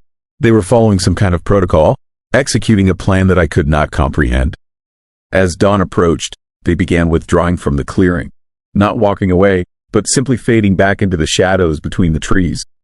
One moment they were clearly visible, the next they had melted into the darkness as if they had never been there at all. When the sun finally rose, my truck started immediately. Radio equipment functioned normally. It was as if the entire encounter had been some kind of shared hallucination. But my camera had captured everything. I drove straight to Winnipeg and had the footage analyzed by a video expert I found through online forums. His conclusion was that the recording was genuine, not doctored or manipulated in any way. But he could not explain what it showed. The figures appeared to be physically present in the clearing, but they interacted with light in ways that violated basic physics. Desperate for answers, I contacted several universities with anthropology departments, hoping to find someone who studied unexplained phenomena or indigenous folklore. Most were dismissive, assuming I was either delusional or trying to perpetuate a hoax. But one professor at the University of Manitoba took my account seriously. Dr. Sarah Bearcloud was a specialist in Cree and Ojibwe oral traditions, with particular interest in supernatural beliefs and encounters with non-human entities. She agreed to meet with me and review my evidence. After examining the footage and listening to my detailed account, she asked if I would be willing to speak with some traditional elders from the region where I had encountered the watchers. A week later, I found myself in a small community north of Thompson, sitting across from an elderly Cree man named Joseph Sinclair. He had agreed to discuss my experience, but only after Dr. Bearcloud vouched for my sincerity and provided assurances that I was not a journalist or researcher looking to exploit indigenous beliefs. Joseph listened to my story without interruption, occasionally nodding as if recognizing familiar details. When I finished, he was quiet for several minutes, seemingly weighing how much to tell me. Finally, he began to speak about the Memegweshi, shadow beings that his grandfather had warned him about as a child. Ancient entities that lived in the deep forest, far from human settlements. They were not evil, exactly, but they were not benevolent either. They existed according to their own rules and purposes, which did not always align with human welfare. The Memegweshi were watchers and guardians, Joseph explained. They monitored the boundaries between the human world and the older, wilder reality that existed before European settlement. Most of the time, they remained invisible and uninvolved in human affairs. But occasionally, when someone ventured too far into their territory or disturbed something they were protecting, they would make themselves known. He described encounters that matched my experience almost exactly. The coordinated surveillance, the light-absorbing darkness, the electrical interference. Previous generations of his people had learned to recognize the signs of Mamegwashi presence and avoid areas where they were active. But the modern world had forgotten these warnings. Logging companies, mining operations, and transportation corridors now cut through territories that had been considered sacred and dangerous for thousands of years. Most people who encountered the Watchers dismissed the experience as hallucination or explained it away through rational means. Joseph believed that my encounters were a form of communication. The Mamegwashi were trying to tell me something, to convey a message that I was not equipped to understand. But he warned me that continuing to enter their territory would eventually provoke a more direct response. I asked what that might entail. He would not elaborate, but his expression suggested that I did not want to find out. I have been avoiding the northern Manitoba routes ever since that conversation. It has cost me money. Those runs paid well precisely because most drivers found them unpleasant. But I value my sanity more than my profit margins. But lately, I have been seeing the Watchers in other locations. Not the deep forest anymore, but closer to civilization, standing at the edge of truck stop parking lots after midnight, positioned along highway shoulders in areas with no artificial lighting, always at the periphery of human activity, always watching. They seem to be following me now, or perhaps following the routes I travel regularly. I catch glimpses of them in my mirrors, dark figures maintaining pace with my truck along remote stretches of highway. When I stop to investigate, they vanish before I can get a clear look. I am beginning to understand that my encounters in the forest were not random events. The Watchers chose to reveal themselves to me for reasons I am only starting to comprehend. They marked me somehow, made me visible to their kind in ways that other humans are not. I do not know what they want from me, or what will happen if I continue to ignore their presence. But I have the disturbing feeling that my time for avoiding them is running out. Eventually, they will tire of observation and move to more direct action. If you drive the northern routes, pay attention to the shadows at the edge of your headlights. Not everything that watches from the darkness is human, and not everything that seems empty actually is. Some territories belong to older inhabitants who have never surrendered their claim. And some boundaries, once crossed, cannot be uncrossed. Story 10. CB Voice from the Void. The voice that came through my CB radio at 3:17 a.m. had been dead for 32 years. I am Mike Patterson, and I have been hauling freight across the Southwest for 15 years. I know every mile of Interstate 40 from Flagstaff to Albuquerque like my own driveway. I know which truck stops serve decent coffee, which way stations are open late, and which stretches of highway can kill you if you are not paying attention. But I had never heard anything like the transmission that changed everything. I was running a load of auto parts from Phoenix to Denver, taking the northern route through Arizona and New Mexico. It was one of those crystal clear desert nights where you can see every star in the galaxy, and the highway stretched ahead like a ribbon of black glass.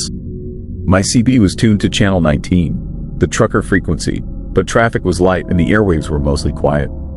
That silence made the sudden burst of static even more startling. The radio crackled to life with the sound of interference so harsh it made me wince. Through the white noise, I could hear fragments of a human voice. Male, adult, speaking with the desperate urgency of someone in serious trouble. The transmission was broken and distorted, cutting in and out like a weak signal fighting through atmospheric interference.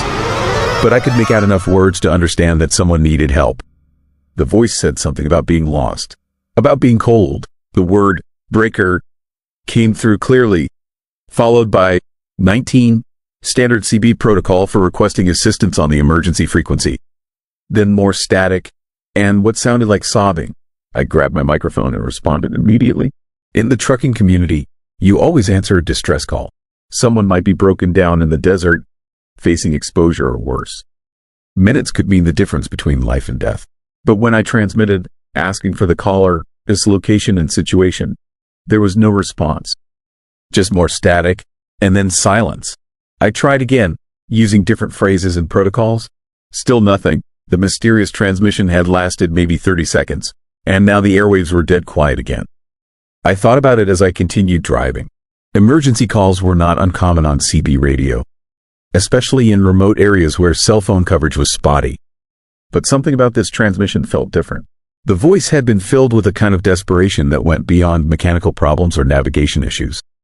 It sounded like genuine terror. 20 minutes later, the radio crackled again. This time the signal was clearer, though still distorted by heavy static. The same voice, speaking with the same desperate urgency. But now I could understand more of what he was saying. He repeated the breaker 19 request, then gave a series of numbers.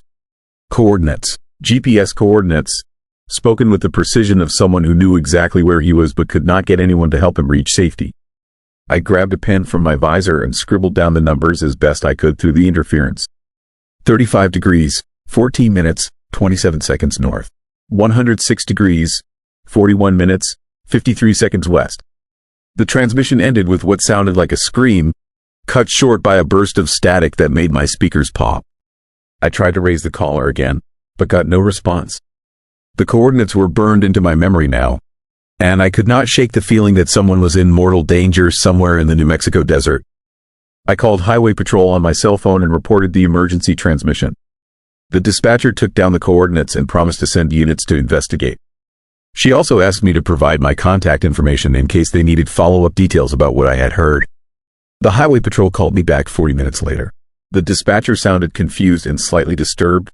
She had run the coordinates through their database, and they matched a location along a remote stretch of Highway 285, about 30 miles south of Santa Fe. But when patrol units responded to the area, they found nothing. No broken-down vehicles, no stranded motorists, no sign of anyone in distress. What they did find was more unsettling than an empty desert road. The coordinates I had provided matched almost exactly with the site of a fatal truck accident that occurred in 1991. A single vehicle rollover that killed the driver when his rig went off the road during a late-night run through the same area I was traveling. The official accident report indicated that the driver, a 43-year-old man named Robert Hayes, had been on CB radio when the crash occurred. He had been calling for help, trying to report mechanical problems with his truck. But due to the remote location and poor radio propagation conditions that night, no one had heard his transmissions clearly enough to respond. Hayes had died alone in the wreckage, apparently spending his final moments calling for assistance that never came. The dispatcher asked if I was certain about the coordinates. I double-checked my notes and confirmed that I had written them down correctly. She thanked me for the report but could not offer any explanation for what I had experienced. I tried to put the incident out of my mind and focus on my delivery schedule. But as I continued driving through the night, I could not stop thinking about Robert Hayes, a fellow trucker who had died calling for help in the exact location where I had heard the mysterious transmission. The rational part of my brain insisted it was just coincidence. CB radio signals could bounce off atmospheric layers and travel hundreds of miles under the right conditions.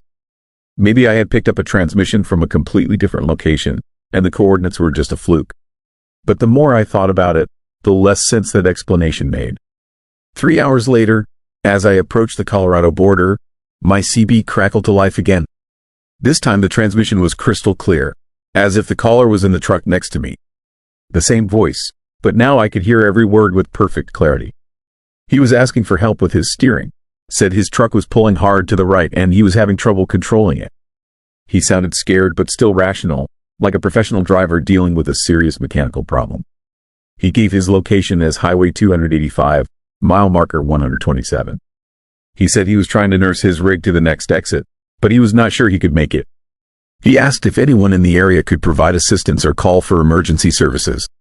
I grabbed my microphone and responded immediately, telling him I was about 50 miles north of his position but could relay his emergency call to Highway Patrol. I asked for his truck number and company information so I could provide details to the authorities. His response made my blood turn to ice.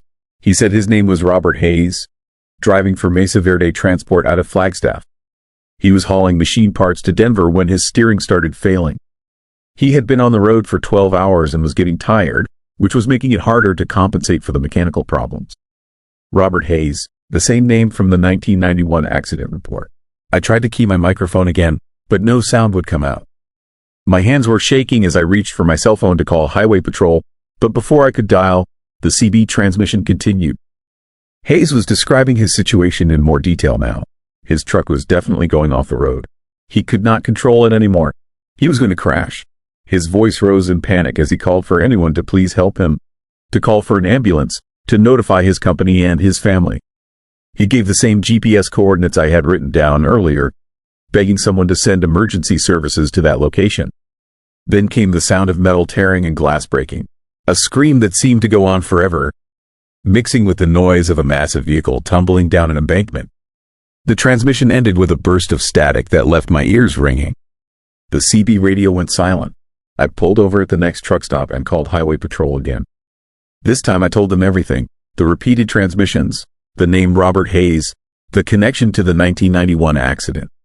The dispatcher was skeptical but agreed to send units to check the coordinates again. While I waited for their callback, I used the truck stop, this Wi-Fi, to research the accident online. What I found confirmed the Highway Patrol report and added details that made the situation even more disturbing. Robert Hayes had been a respected driver with 12 years of experience and a clean safety record. On the night of October 15, 1991, he was hauling machine parts from Arizona to Colorado when his truck experienced steering failure.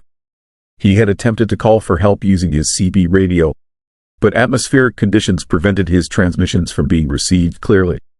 Accident investigators found evidence that Hayes had struggled with his failing steering system for several miles before losing control completely. The truck had rolled multiple times down a steep embankment, and Hayes had been killed on impact. The most chilling detail was in the official report's timeline. Hayes had been calling for help on CB Channel 19 for approximately 45 minutes before the crash occurred. He had given his exact location multiple times, begged for assistance, and pleaded with anyone listening to contact emergency services. No one had heard him clearly enough to respond. He had died alone, calling for help that never came, in exactly the same location where I had been receiving his transmissions 32 years later. Highway Patrol called me back an hour later. They had searched the coordinates again and found nothing unusual. But the investigating officer mentioned something that made my skin crawl. Several other truck drivers had reported similar transmissions over the years. Always the same voice, always the same desperate calls for help, always the same coordinates. The reports came in sporadically, sometimes months apart, sometimes years. Every transmission matched the details of Robert Hayes' final moments. The officer suggested that I might have experienced some kind of atmospheric anomaly that allowed me to receive old radio signals that had been bouncing around the ionosphere for decades. He admitted it was not a scientific explanation, but it was the only rational theory anyone had proposed. But I knew what I had heard was not an echo or atmospheric reflection. Robert Hayes was still out there, somewhere between life and death, reliving his final moments over and over again. Still calling for help that would never come. Still hoping that someone would hear his transmissions and respond. Still dying alone on a dark highway in the New Mexico desert. I finished my run to Denver and tried to return to normal operations. But I could not stop thinking about Hayes and his eternal distress call. Every time I passed through New Mexico on Interstate 40, I found myself checking my CB radio, listening for his voice. I never heard from him again directly, but I started paying attention to other drivers' stories about unexplained radio transmissions. The more I asked around truck stops and driver forums, the more accounts I collected. Other drivers had heard Robert Hayes calling for help. Some had even tried to respond, only to have their transmissions go unanswered. A few had reported the incidents to Highway Patrol, usually with results similar to my own experience. But Hayes was not the only voice calling out from the past. Drivers reported hearing distress calls from accident victims throughout the country, crashes that had occurred years or decades earlier, but somehow continued to broadcast their final moments on CB radio. Most were brief, fragmentary transmissions that lasted only a few seconds. But some, like Robert Hayes, seemed to be trapped in longer loops, reliving extended periods of terror and desperation. I started carrying a digital recorder in my cab, hoping to capture evidence of these phantom transmissions. But weeks passed without any unusual activity on my CB radio. Either the phenomena was extremely rare, or it only occurred under specific conditions that I had not learned to recognize. Then last month, while driving through West Texas on Highway 20, my radio crackled to life at 3:17 a.m. The exact same time as my first encounter with Robert Hayes. But this was a different voice, a woman, speaking with the clipped professionalism of a commercial pilot in distress. She was reporting engine failure and requesting emergency vectors to the nearest airport. Her transmission included coordinates that placed her somewhere over the desert near Odessa. But when I looked up, the sky was clear and empty. No aircraft visible anywhere in the darkness above me. I called the FAA and reported the transmission. They checked their records and found that the coordinates matched the crash site of a small cargo plane that had gone down in 1987. The pilot, a woman named Sarah Mitchell, had been calling for assistance when her plane lost power and crashed in the desert. She had died calling for help that arrived too late. Now I understand that Highway 40 and the surrounding desert routes are haunted by more than just the ghosts of dead truckers. They are crisscrossed by the final transmissions of everyone who died calling for help in these remote areas.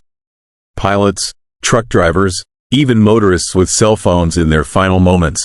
All of them trapped in endless loops, broadcasting their terror into the void, hoping that someone will finally hear and respond. I still drive these routes because it is my job, and I have bills to pay. But I keep my CB radio turned up loud, and I always answer when someone calls for help. Because I know now that some of those voices have been calling for decades, waiting for someone to acknowledge their distress and offer the assistance they never received in life. The dead deserve to have their calls answered, even if we can no longer save them.